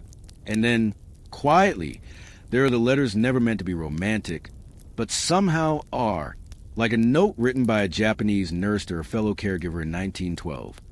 "When you hand me the thermometer, my fingers feel warmer. It's nothing and everything." You're drifting now through an age where industrialization battled intimacy, but ink still found its way onto paper. Telegrams buzz with formality, but love remains soft, slow, and slightly smudged. One last letter catches your eye, and signed, undated, folded so often it's paper thin. It simply says, "If I am forgotten, I hope it is with kindness." You tuck it away. Some letters don't need an address. The flicker of a gaslight overhead hums as you move further into the fog of love letters forgotten or hidden on purpose. You're now entering an era of subtext and secrecy, where some hearts wrote in code and others in courage. The backdrop? War upheaval and forbidden desire, delivered to the mail slot with trembling hands. You're gliding to the Cold War now, where passion might get you tailed by intelligence agents. In East Berlin, two lovers separated by the wall exchange letters with invisible ink, lemon juice pressed between the margins of propaganda pamphlets. One note, only readable when heated near a stove, reads, "Every time the news says the border is quiet, I think of how loud my heart is without you." Historians still argue whether these clandestine love letters sparked real change or were just tiny rebellions scrawled in cursive. Further east, in Moscow, a Soviet dissident known only as Vera S. kept a secret correspondence with an American pen pal, someone she met through a literature exchange program. Over 2 years, they fell for each other entirely on paper. They debated Dostoevsky, discussed jazz, and once she wrote, "If I could smuggle a kiss, it would come inside this envelope." It's unknown whether they ever met, but the letters are archived today, unredacted, at Columbia University. Small miracles happen in filing cabinets. Meanwhile, in apartheid-era South Africa, where relationships across racial lines were criminalized, love letters became lifelines. One black man wrote to his Indian girlfriend in a dialect only they shared, blending Afrikaans, Zulu, and code names for common places. In one letter, he calls her the mango tree, a nod to where they first met. Another ends, "Your voice is louder than the law." The letters were hidden in the hollow of a family Bible. You pause in a dim basement in Warsaw, 1981. The Solidarity movement is rising, and somewhere between protests and power outages, two young people are exchanging cassette tapes. Not just music, but audio love letters. He calls her "my tiny revolution." She responds with poems recorded over Chopin. You make even martial law sound like romance, she jokes. Love during political upheaval is oddly creative and magnetic. Now you drift into a more familiar corner. A dorm room in 1960s California. Typewriter clicks echo through the haze of incense and rebellion. A young woman, hair tied with a scarf, is typing a letter to her girlfriend in New York. It starts, Dear Birdie, her nickname for her love. The world tells me this is a phase. But honestly, you're the only thing that feels permanent. LGBTQ plus love letters in this time were mostly destroyed, burned out of fear or shame. Some, however, were hidden between pages of books. You are my underlined sentence. One reads, the only one I keep rereading. As you drift into Japan, the 1980s neon buzzing all around you, you find something stranger, love faxing. It was a brief cultural phenomenon where people faxed romantic poetry during work hours. One anonymous message still preserved in the Tokyo archive says, Your voice today was shorter than usual. Is that because you love me less or more? And yes, someone at HR was probably confused. In rural Pakistan, meanwhile, romance found its way through radio dedications. Illiteracy meant many couldn't write, but they could sing. Love songs sent through public broadcasts became the new form of letters. One man requested a folk tune for his fiancée every Wednesday. On the third week, the host added, She asked him to stop. She's already said yes. A proposal sealed live over AM waves. And somewhere in 1970s Mexico City, graffiti becomes a letter. A young woman writes on the wall outside her school, Te amo, idiota. I love you, idiot. He writes back the next day beneath it, Then stop looking at me like a math problem. It becomes a game. For weeks, passers-by follow their romance like a soap opera. The wall, eventually painted over, is remembered in urban legend as the Notebook Sidewalk. You're pulled next toward North Korea. Yes, even here, even now. Smuggled letters exist, carried by defectors or floated in bottles across rivers.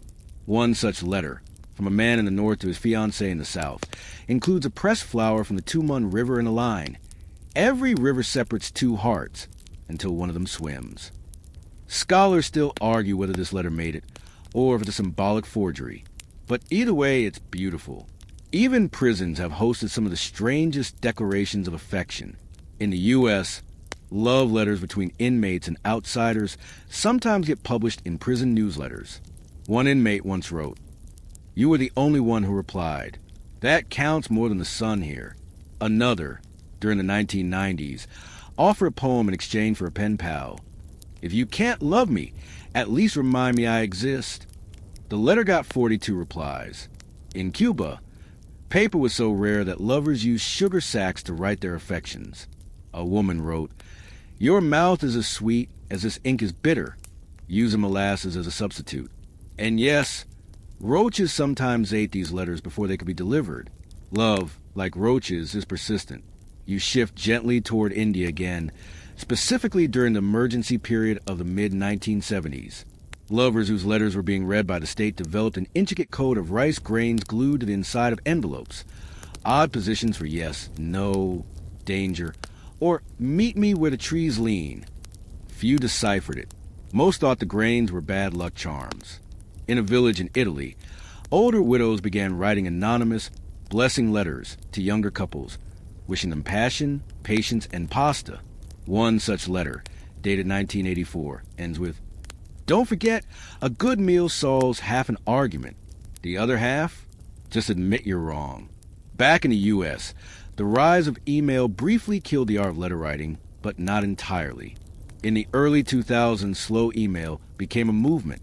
Couples would draft long romantic emails, then deliberately delay sending them by a week to mimic the old postal rhythm. One message reads, This has waited 6 days to say what I knew in 6 seconds. I love you. Nostalgia has strange coping mechanisms. You pause now in a subway station in Seoul. A boy pulls out his phone, takes a photo of a girl across the tracks, and uses an app to send a message to nearby devices. Are you reading this? He types. You drop something, my attention. Cringe? Maybe, but 10 minutes later, they're texting. Sometimes a digital love letter is just a tap away. Even now, in the TikTok age, the comment section has become the love letter. People write full confessions under cooking videos and dog clips. One reads, "If I had to tell you how much I love you, I'd need a new app." There's something strangely poetic about a declaration buried between cake recipes and capybaras. So you see, love letters haven't died, they've mutated. They live in memes, voice notes, and calendar invites that say, "Reminder, kiss today." The language changes, but the heartbeat doesn't. And as you move forward, drifting into even stranger corners, you realize something. Love letters may be bizarre, but they are also profoundly human, which makes them, well, kind of perfect. You step through another memory, this one scented with frankincense and formaldehyde. You're standing beside a wooden crate in an old church archive, fingering the edge of a brittle letter written in goat's blood. Not ink, goat's blood. Because when it comes to love, some people just commit harder than others. This particular letter comes from 18th century Ethiopia, where a nobleman exiled for heresy wrote daily to his wife. Paper was rare, ink even rarer, and so he improvised blood, bark, and occasionally crushed beetles for pigment. In one of these stained letters he wrote, "When the moon is eaten by darkness, I know it is only sleeping, just like your absence, but both return." Historians still argue whether these writings were desperate devotion or a slow descent into madness. You trace a crack in a parchment, and it echoes into another century. Victorian England, not the stiff, corset-bound romance you expect, but the wildly theatrical kind. You peer at a letter from a woman who insisted her lover duel every man who dared gift her flowers. "My affection is not earned with daisies," she writes, "but with spilled metaphors and bruised egos." Her suitor, bless him, dueled 6 times and lost 5. Love, meet hubris. But perhaps no one embraced romantic absurdity like Ada Lovelace, yes, the mathematician. You wouldn't expect a mother of computer science to dabble in scandal, but her letters to a married aristocrat suggest otherwise. Between algorithms and family updates, she scrawled playful code. 1 + 1 = 3, when secrets multiply. Some scholars speculate these flirtations were merely intellectual. Others, well, they point to that one note folded into a pocket watch and found after her death. "If you miss me, subtract the clock from your chest." Slide now into the jungles of Cambodia. It's the 1960s. The air hums with rebellion and mosquitoes. A young guerrilla fighter, barely out of school, writes to his lover in hiding. The letter is written entirely on rice paper, designed to dissolve if captured. "I would rather our love evaporate than betray your name." It reads. The two never reunited, but his final letter, recovered years later, ends with, "When the birds fly low, I remember how you used a duck and kissed me on the jaw." Quirky? Yes. Tragic? Absolutely. Then bang, you're in Harlem, 1932. Jazz swells to the floorboards of a basement speakeasy. A trumpet player slides a note under a dancer's mirror. It's short, written on a torn matchbox. You tap like thunder. You make my bones swing. She never replied with a letter, just a wink the next night and an extra spin. Historians still debate whether that was love or just rhythm. Let's take a sudden left into medieval Japan. Samurai weren't just warriors, they were poets. A widowed general named Masanobu once wrote letters to his lost wife using haiku only, signing each one with a different pet name. Snow falls like you did / quiet, stubborn, very cold / but gone too quickly. The final haiku is just one word repeated 3 times. Return, return, return. These letters, never mailed, were found tucked into his armor after his final battle.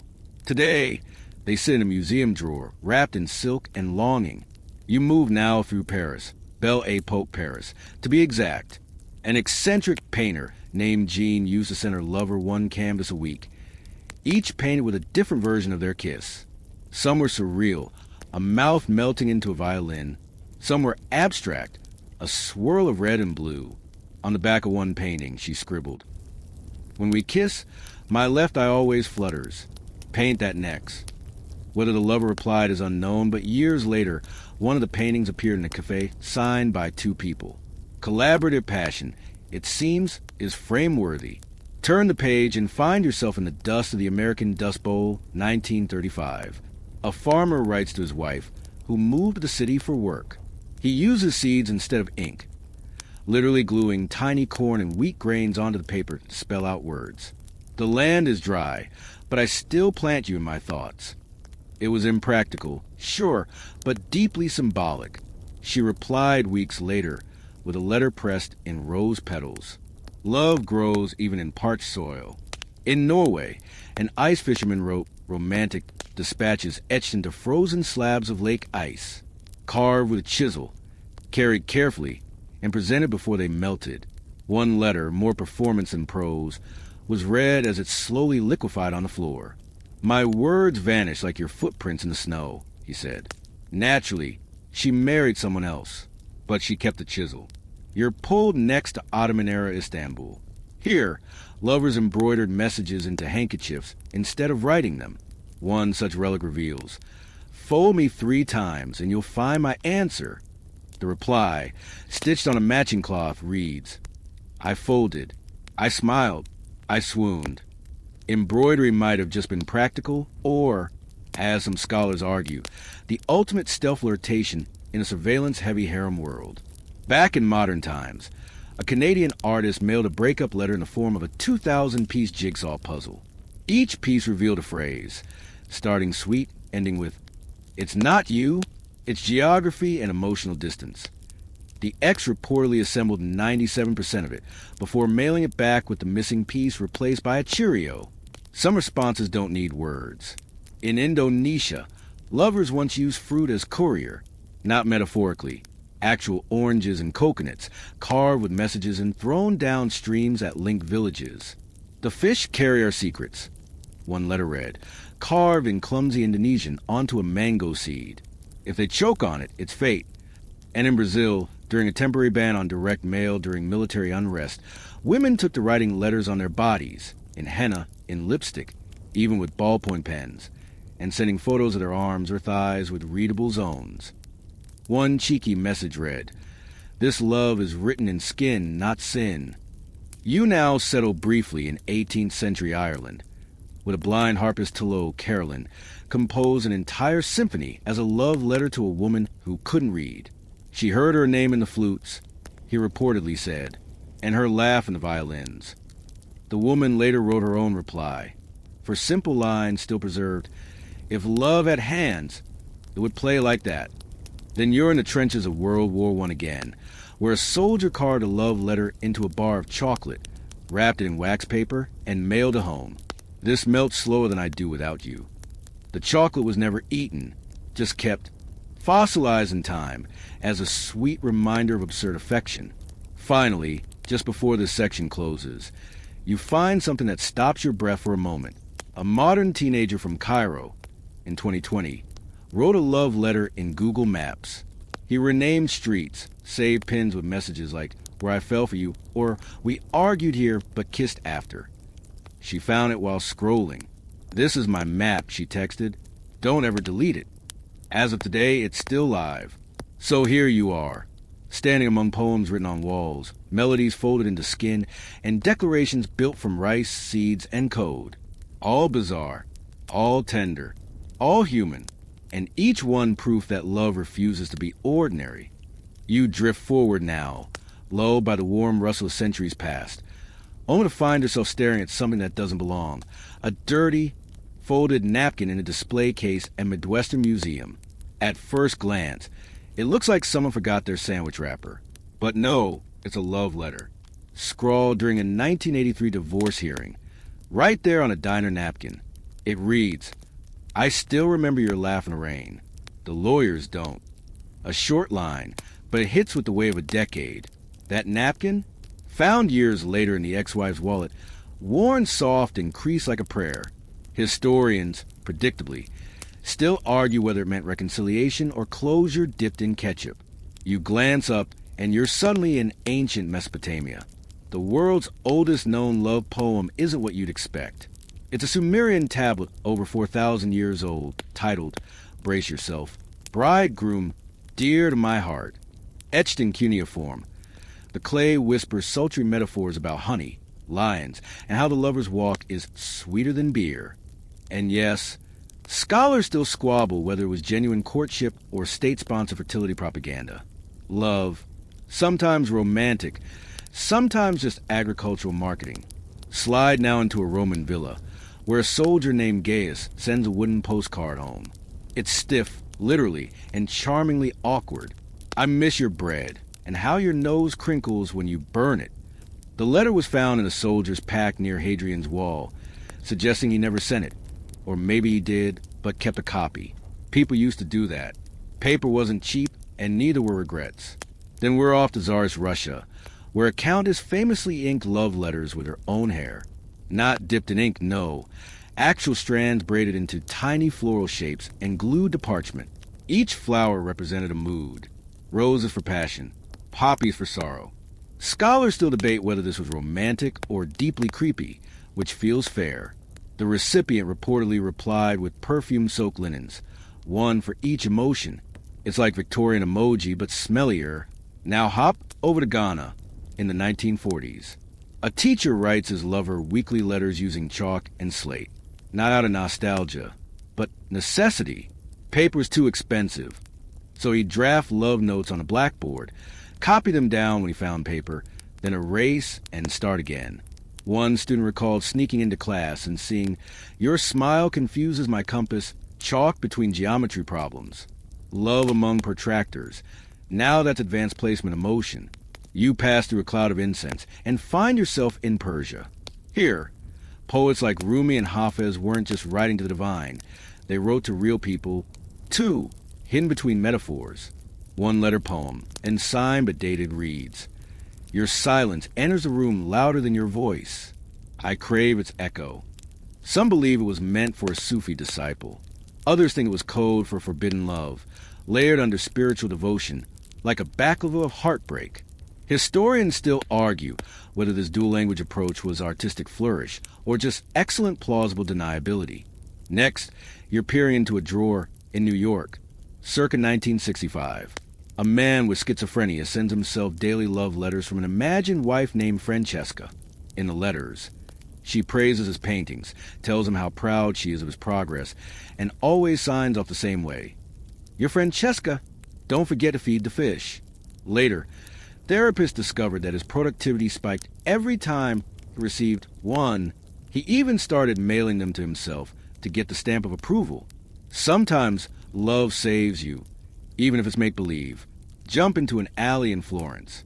The year is 1924. A baker, too shy to speak to the woman across the street, starts leaving her loaves with notes baked inside, literally written on parchment and inserted like fortune cookies. One such note: "If you marry me, you'll never buy bread again." She did, and they didn't even own a toaster. They toasted each other daily. Let's take a brief detour into the surreal. In Belgium during the interwar period, an amateur astronomer sent his beloved letters via coded star charts. He assigned coordinates to letters and plotted out constellations that spelled words like beloved and marry me. She had no background in astronomy, so it took months. But the moment she decoded "will you," she reportedly fainted at a train station. Love sometimes requires a telescope and a thesaurus. And now, you're underwater. Well, in the archives of an underwater mailbox in Japan. Yes, it's a thing. Couples dive and leave waterproof letters sealed in coral-shaped mailboxes. One reads, "We sank here once and floated back stronger." Another, "I'd hold my breath forever if it meant another second with you." Some of these letters are kept in a rotating exhibition called Messages from the Deep, while others are simply lost to tides, anonymous poetry in Neptune's inbox. You return to the surface to find Frida Kahlo's postcard collection. Not famous letters, those you've heard, but the unknown ones. She used to paint tiny self-portraits on the back of hotel postcards, sending them to Diego Rivera when angry, flirtatious, or both. One postcard features a self-portrait with a monkey biting her braid, and the caption, "Today I love you. Tomorrow, maybe not. But this monkey, Always. Scholars still argue whether these were jabs, inside jokes, or layered satire. Probably all three. Now on to Mongolian steppes, where a warrior wrote love letters using smoke signals. Yes, literal puff patterns with pre-agreed meanings. 3 short plumes meant safe arrival. 1 long, 1 short meant thinking of you. A particularly windy night carried his message miles too far, where a rival tribe misread the signal as an attack alert. That incident sparked a minor skirmish. Proof that even love letters can trigger war if they're airborne. In post-war Berlin, a woman stitched her feelings into quilt panels. Every week, she'd embroider a memory or a dream shared with her lost fiancé. One quilt square shows a stitch clock reading 3:17, a reference to the moment they last held hands. Decades later, the quilt was donated anonymously to a museum with a tag that simply read, "He never came home, but he never left. You slow now, approaching a shadowy corner of the past," where a Soviet cosmonaut, orbiting the Earth in silence, typed a letter to his wife but never sent it. He kept it on his person the entire mission. "The stars don't compare to your freckles," he wrote. "If I die here, bury this letter with me." He didn't die, but the letter still ended up in his casket decades later. Historians argue whether it was ever shown to his wife. No one's saying. And now, finally, your hands close around a book that isn't a book. It's a brick. A man in Prague once wrote a love letter by engraving a single sentence onto 365 bricks of a garden wall. Over a year, the full message formed. "I built this for you, stone by stone, thought by thought." She passed the wall daily, but didn't realize it was for her until final brick was placed, etched simply with her name. Some say she cried. Others say she walked on. No one's sure what happened next, but the wall remains. And so do the letters. Still folded, still faded, still burning quietly in the corners of our memory. You carry on, breath warm and slow now, sinking deeper into folds of forgotten hearts and whisper promises, some never meant to be read, others screaming to be found. You turn a corner in this dreamy corridor of correspondence and find yourself in prison, but not just any cell, a medieval dungeon in 15th century France, with a Marquis de Pontefract scratches words in the wall with a spoon, not to protest his innocence, no, to confess love. The message is chiseled into stone over years. "I love you longer than I lived." He'd been in prison on charges of treason, but rumors whispered he'd only confessed to save the life of a noble woman he'd fallen for in secret. The jailers never knew her name. Scholars still argue whether she was real, a hallucination, or simply a symbol. Love in abstract, engraved in limestone. As you exhale, time hurls you forward. Now it's 1970 suburban America, and a teenager passes folded notes, painstakingly doodled with hearts and song lyrics, to the same girl every day for 4 years. None are ever answered. She keeps them anyway, hides them in a shoebox labeled, "Do not open unless it's raining." She only opens it once at 42 after her husband leaves.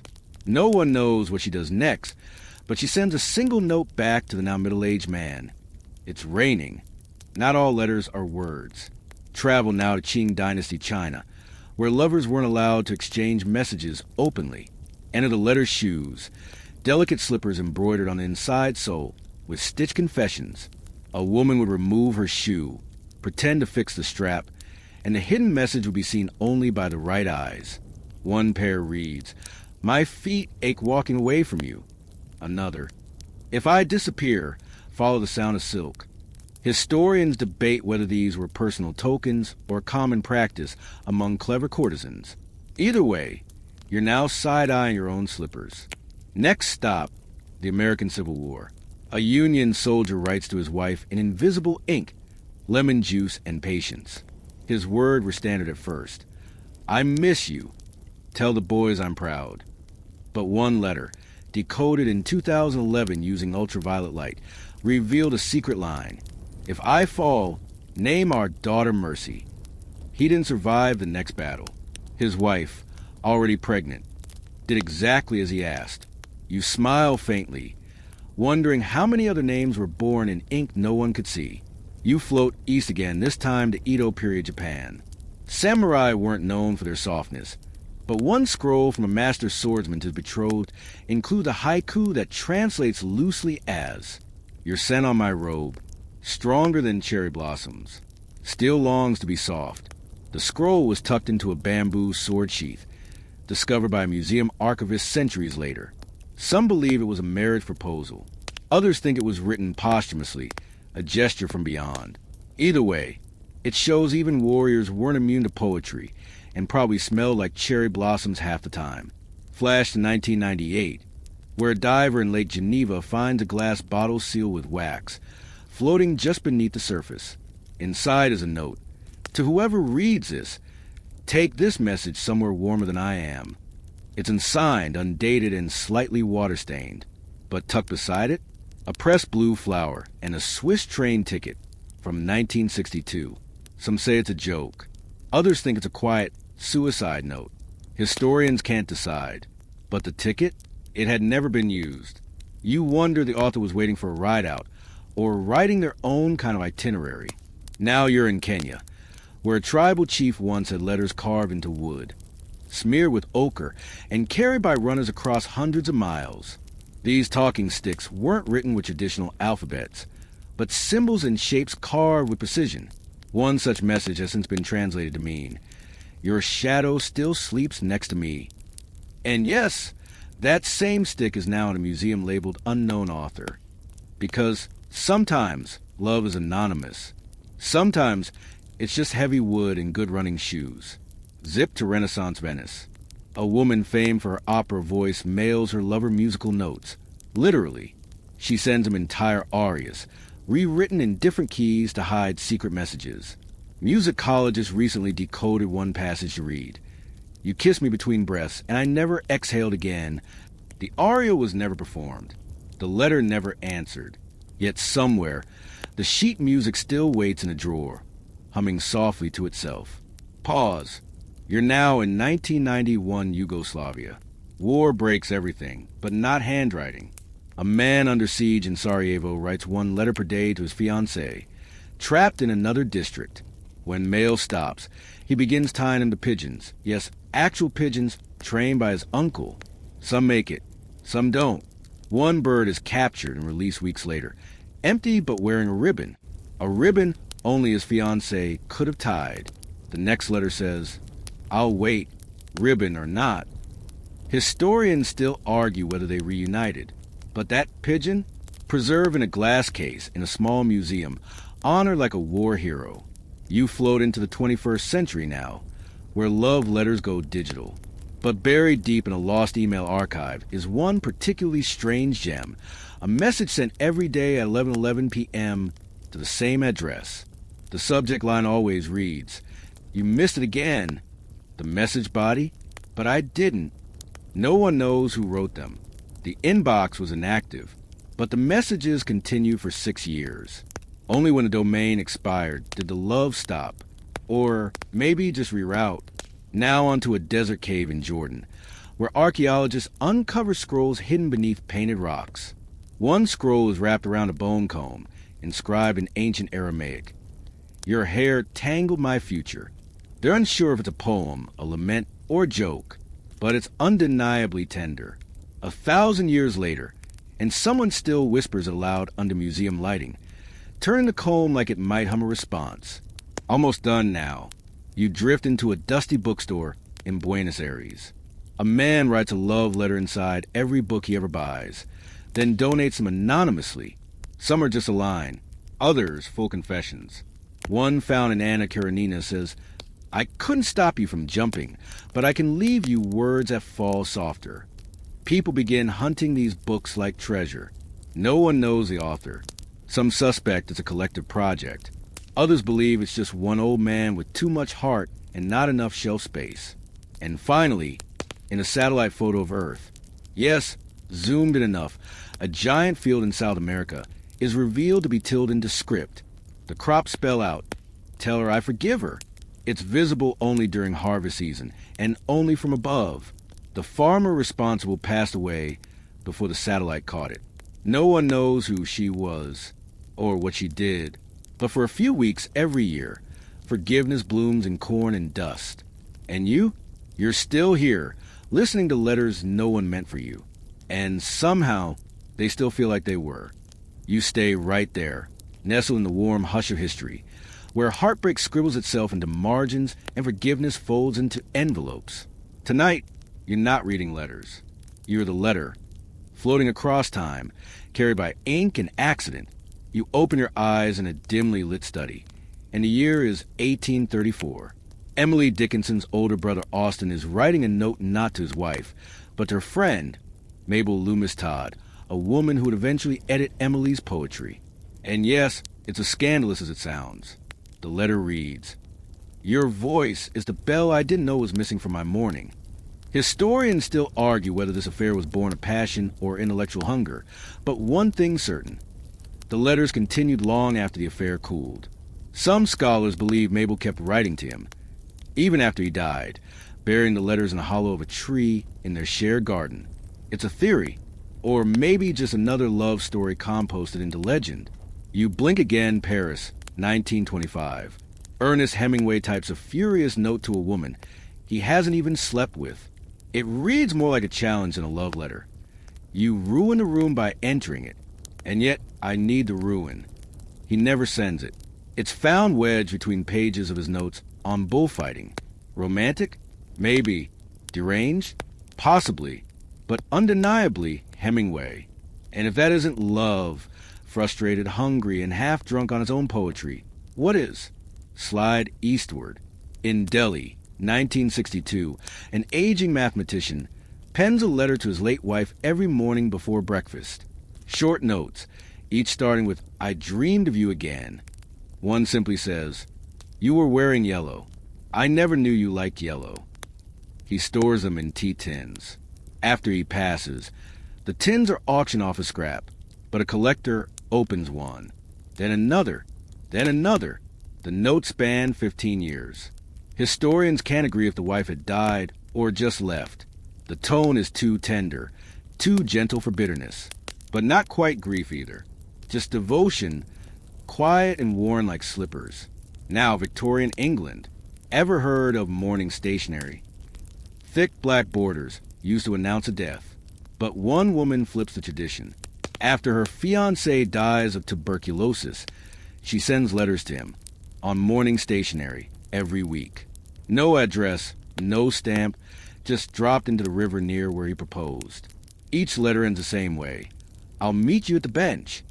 Decades later, her great-granddaughter finds one wedged in a hollow reed near the riverbank. It's mostly faded, except that final line. Some say it's a ghost story. Others just love that refused to stay dead. You're back in ancient Greece now, where Plato once wrote to a student not about philosophy, but about longing. The letter was dismissed for centuries as forgery, but recent stylometric analysis suggests it may actually be his.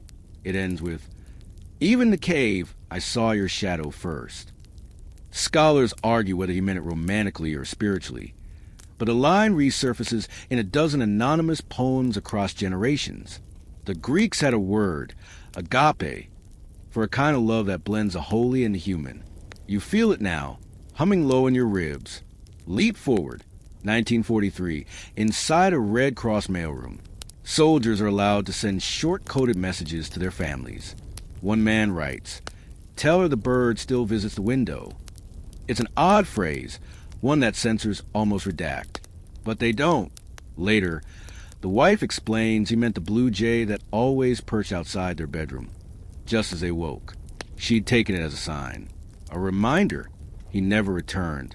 But every spring, she leaves out crumbs for the bird, and never moves a feeder, even in winter. Onward to modern-day Iran. A young poet is jailed for dissent. He scribbles verses in the margins of legal forms and smuggles them out folded like origami cranes. One reads, "I love her like a banned book." The government never intercepts them. His lover collects each one and stitches them into a quilt. It's displayed today in a gallery labeled Evidence. Whether that means of love or of crime, you decide. Float now to Mississippi, 1930s. A preacher's daughter and a bootlegger fall in love. They can't be seen together, so they exchange sermons and sales receipts, coated in lemon juice ink and hidden under hymnals. One letter, uncovered during church renovations in 1999, simply says, "Your hands smell like sin and oranges."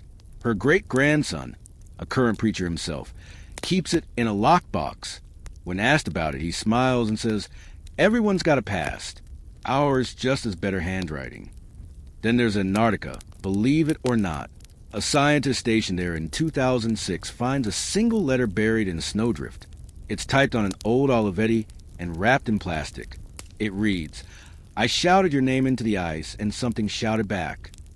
There's no name, no signature, just coordinates that point to nothing, an empty field of snow. Historians dismiss it as a prank, but you imagine otherwise.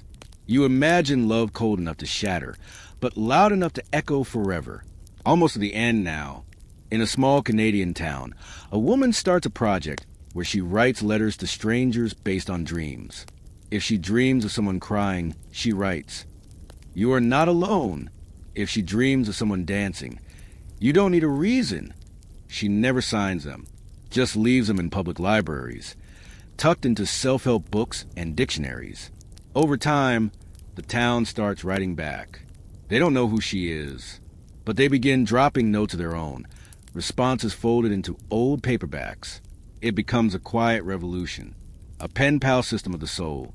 And finally, you arrive at a war museum in Berlin. There, behind glass, sits a napkin. On it, a few faint words scrawled in eyeliner pencil. "If you live, find me. I'll wait." It's dated in 1945.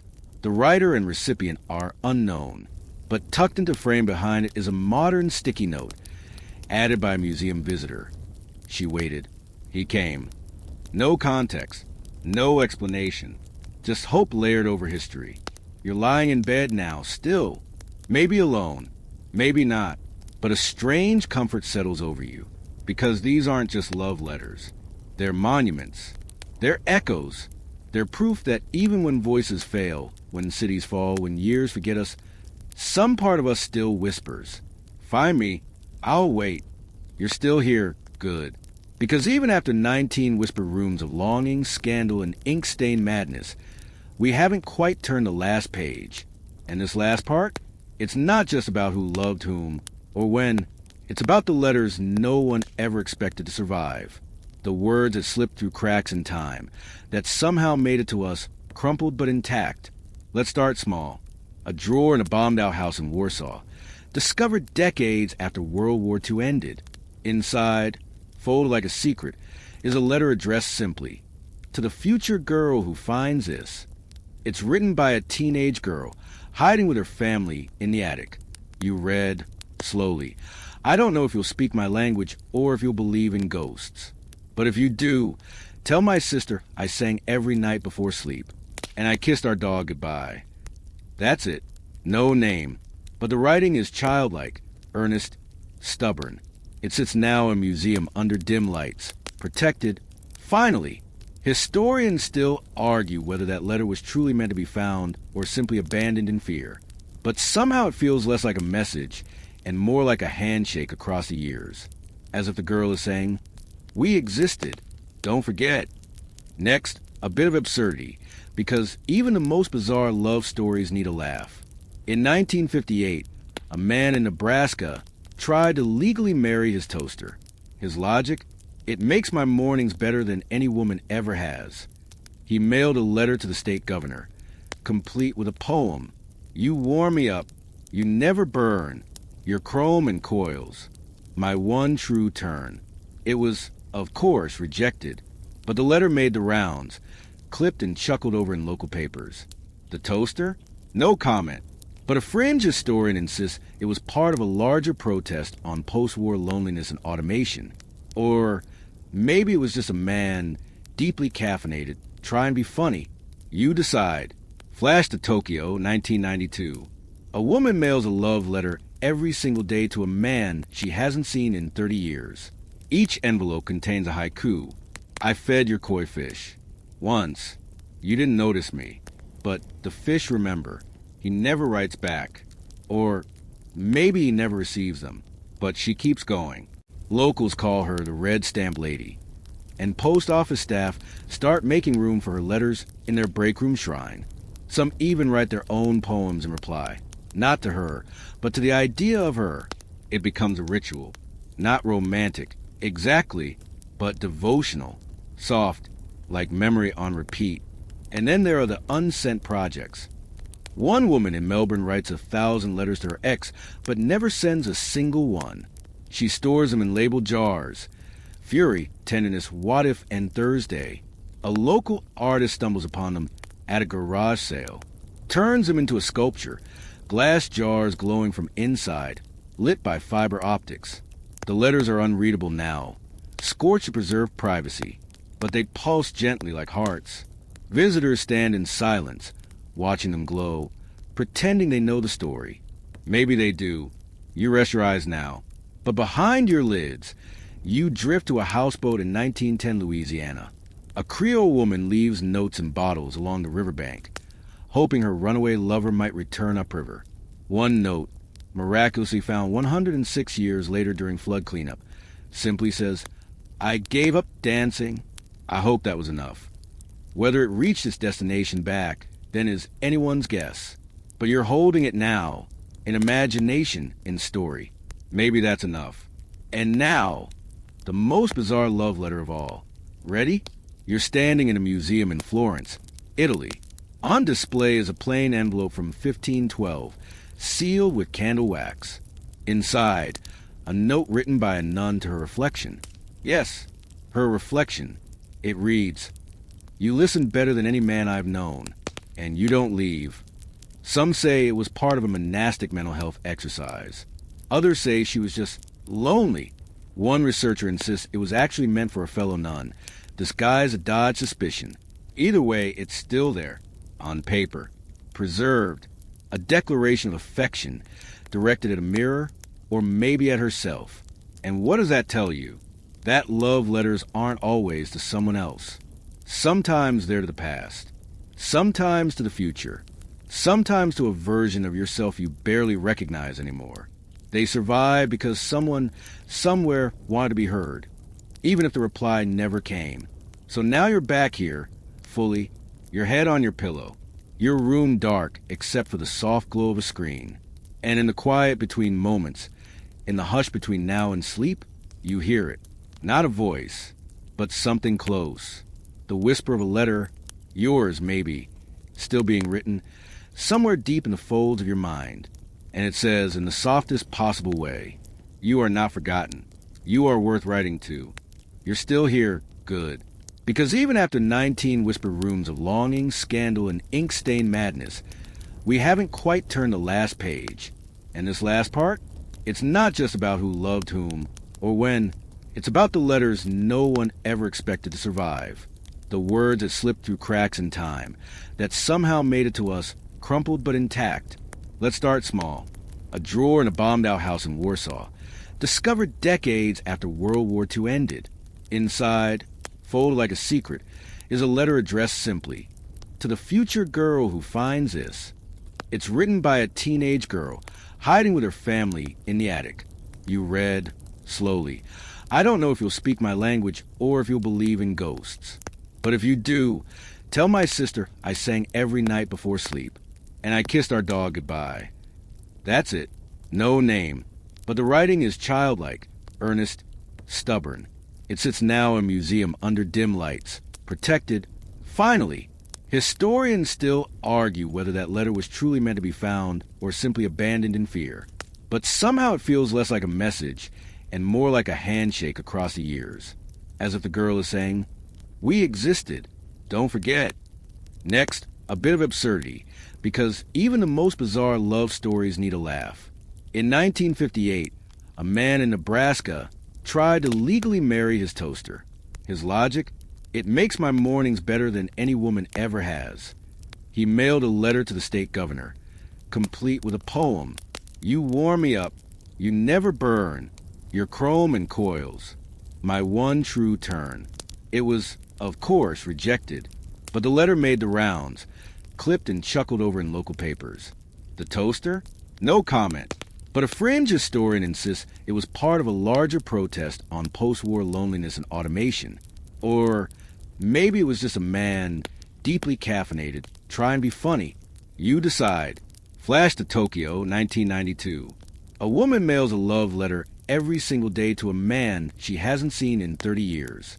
Each envelope contains a haiku. I fed your koi fish. Once. You didn't notice me. But the fish remember. He never writes back. Or maybe he never receives them. But she keeps going. Locals call her the Red Stamp Lady. And post office staff start making room for her letters in their break room shrine. Some even write their own poems in reply. Not to her, but to the idea of her. It becomes a ritual. Not romantic, exactly, but devotional. Soft, like memory on repeat. And then there are the unsent projects. One woman in Melbourne writes 1,000 letters to her ex, but never sends a single one. She stores them in labeled jars. Fury, tenderness, what if, and Thursday. A local artist stumbles upon them at a garage sale. Turns them into a sculpture. Glass jars glowing from inside, lit by fiber optics. The letters are unreadable now, scorched to preserve privacy, but they pulse gently like hearts. Visitors stand in silence, watching them glow, pretending they know the story. Maybe they do. You rest your eyes now. But behind your lids, you drift to a houseboat in 1910 Louisiana.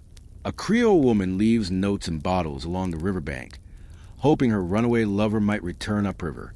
One note, miraculously found 106 years later during flood cleanup, simply says, I gave up dancing. I hope that was enough. Whether it reached its destination back then is anyone's guess. But you're holding it now, in imagination, in story. Maybe that's enough. And now, the most bizarre love letter of all. Ready? You're standing in a museum in Florence, Italy. On display is a plain envelope from 1512, sealed with candle wax.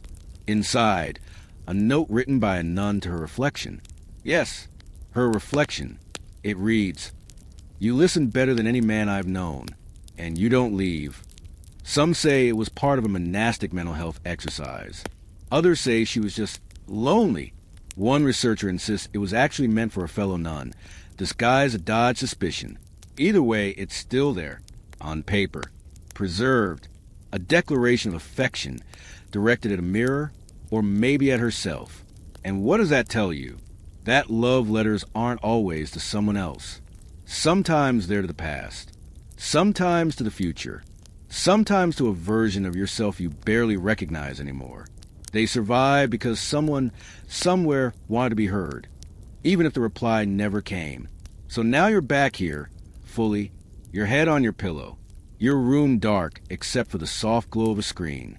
And in the quiet between moments, in the hush between now and sleep, you hear it. Not a voice, but something close.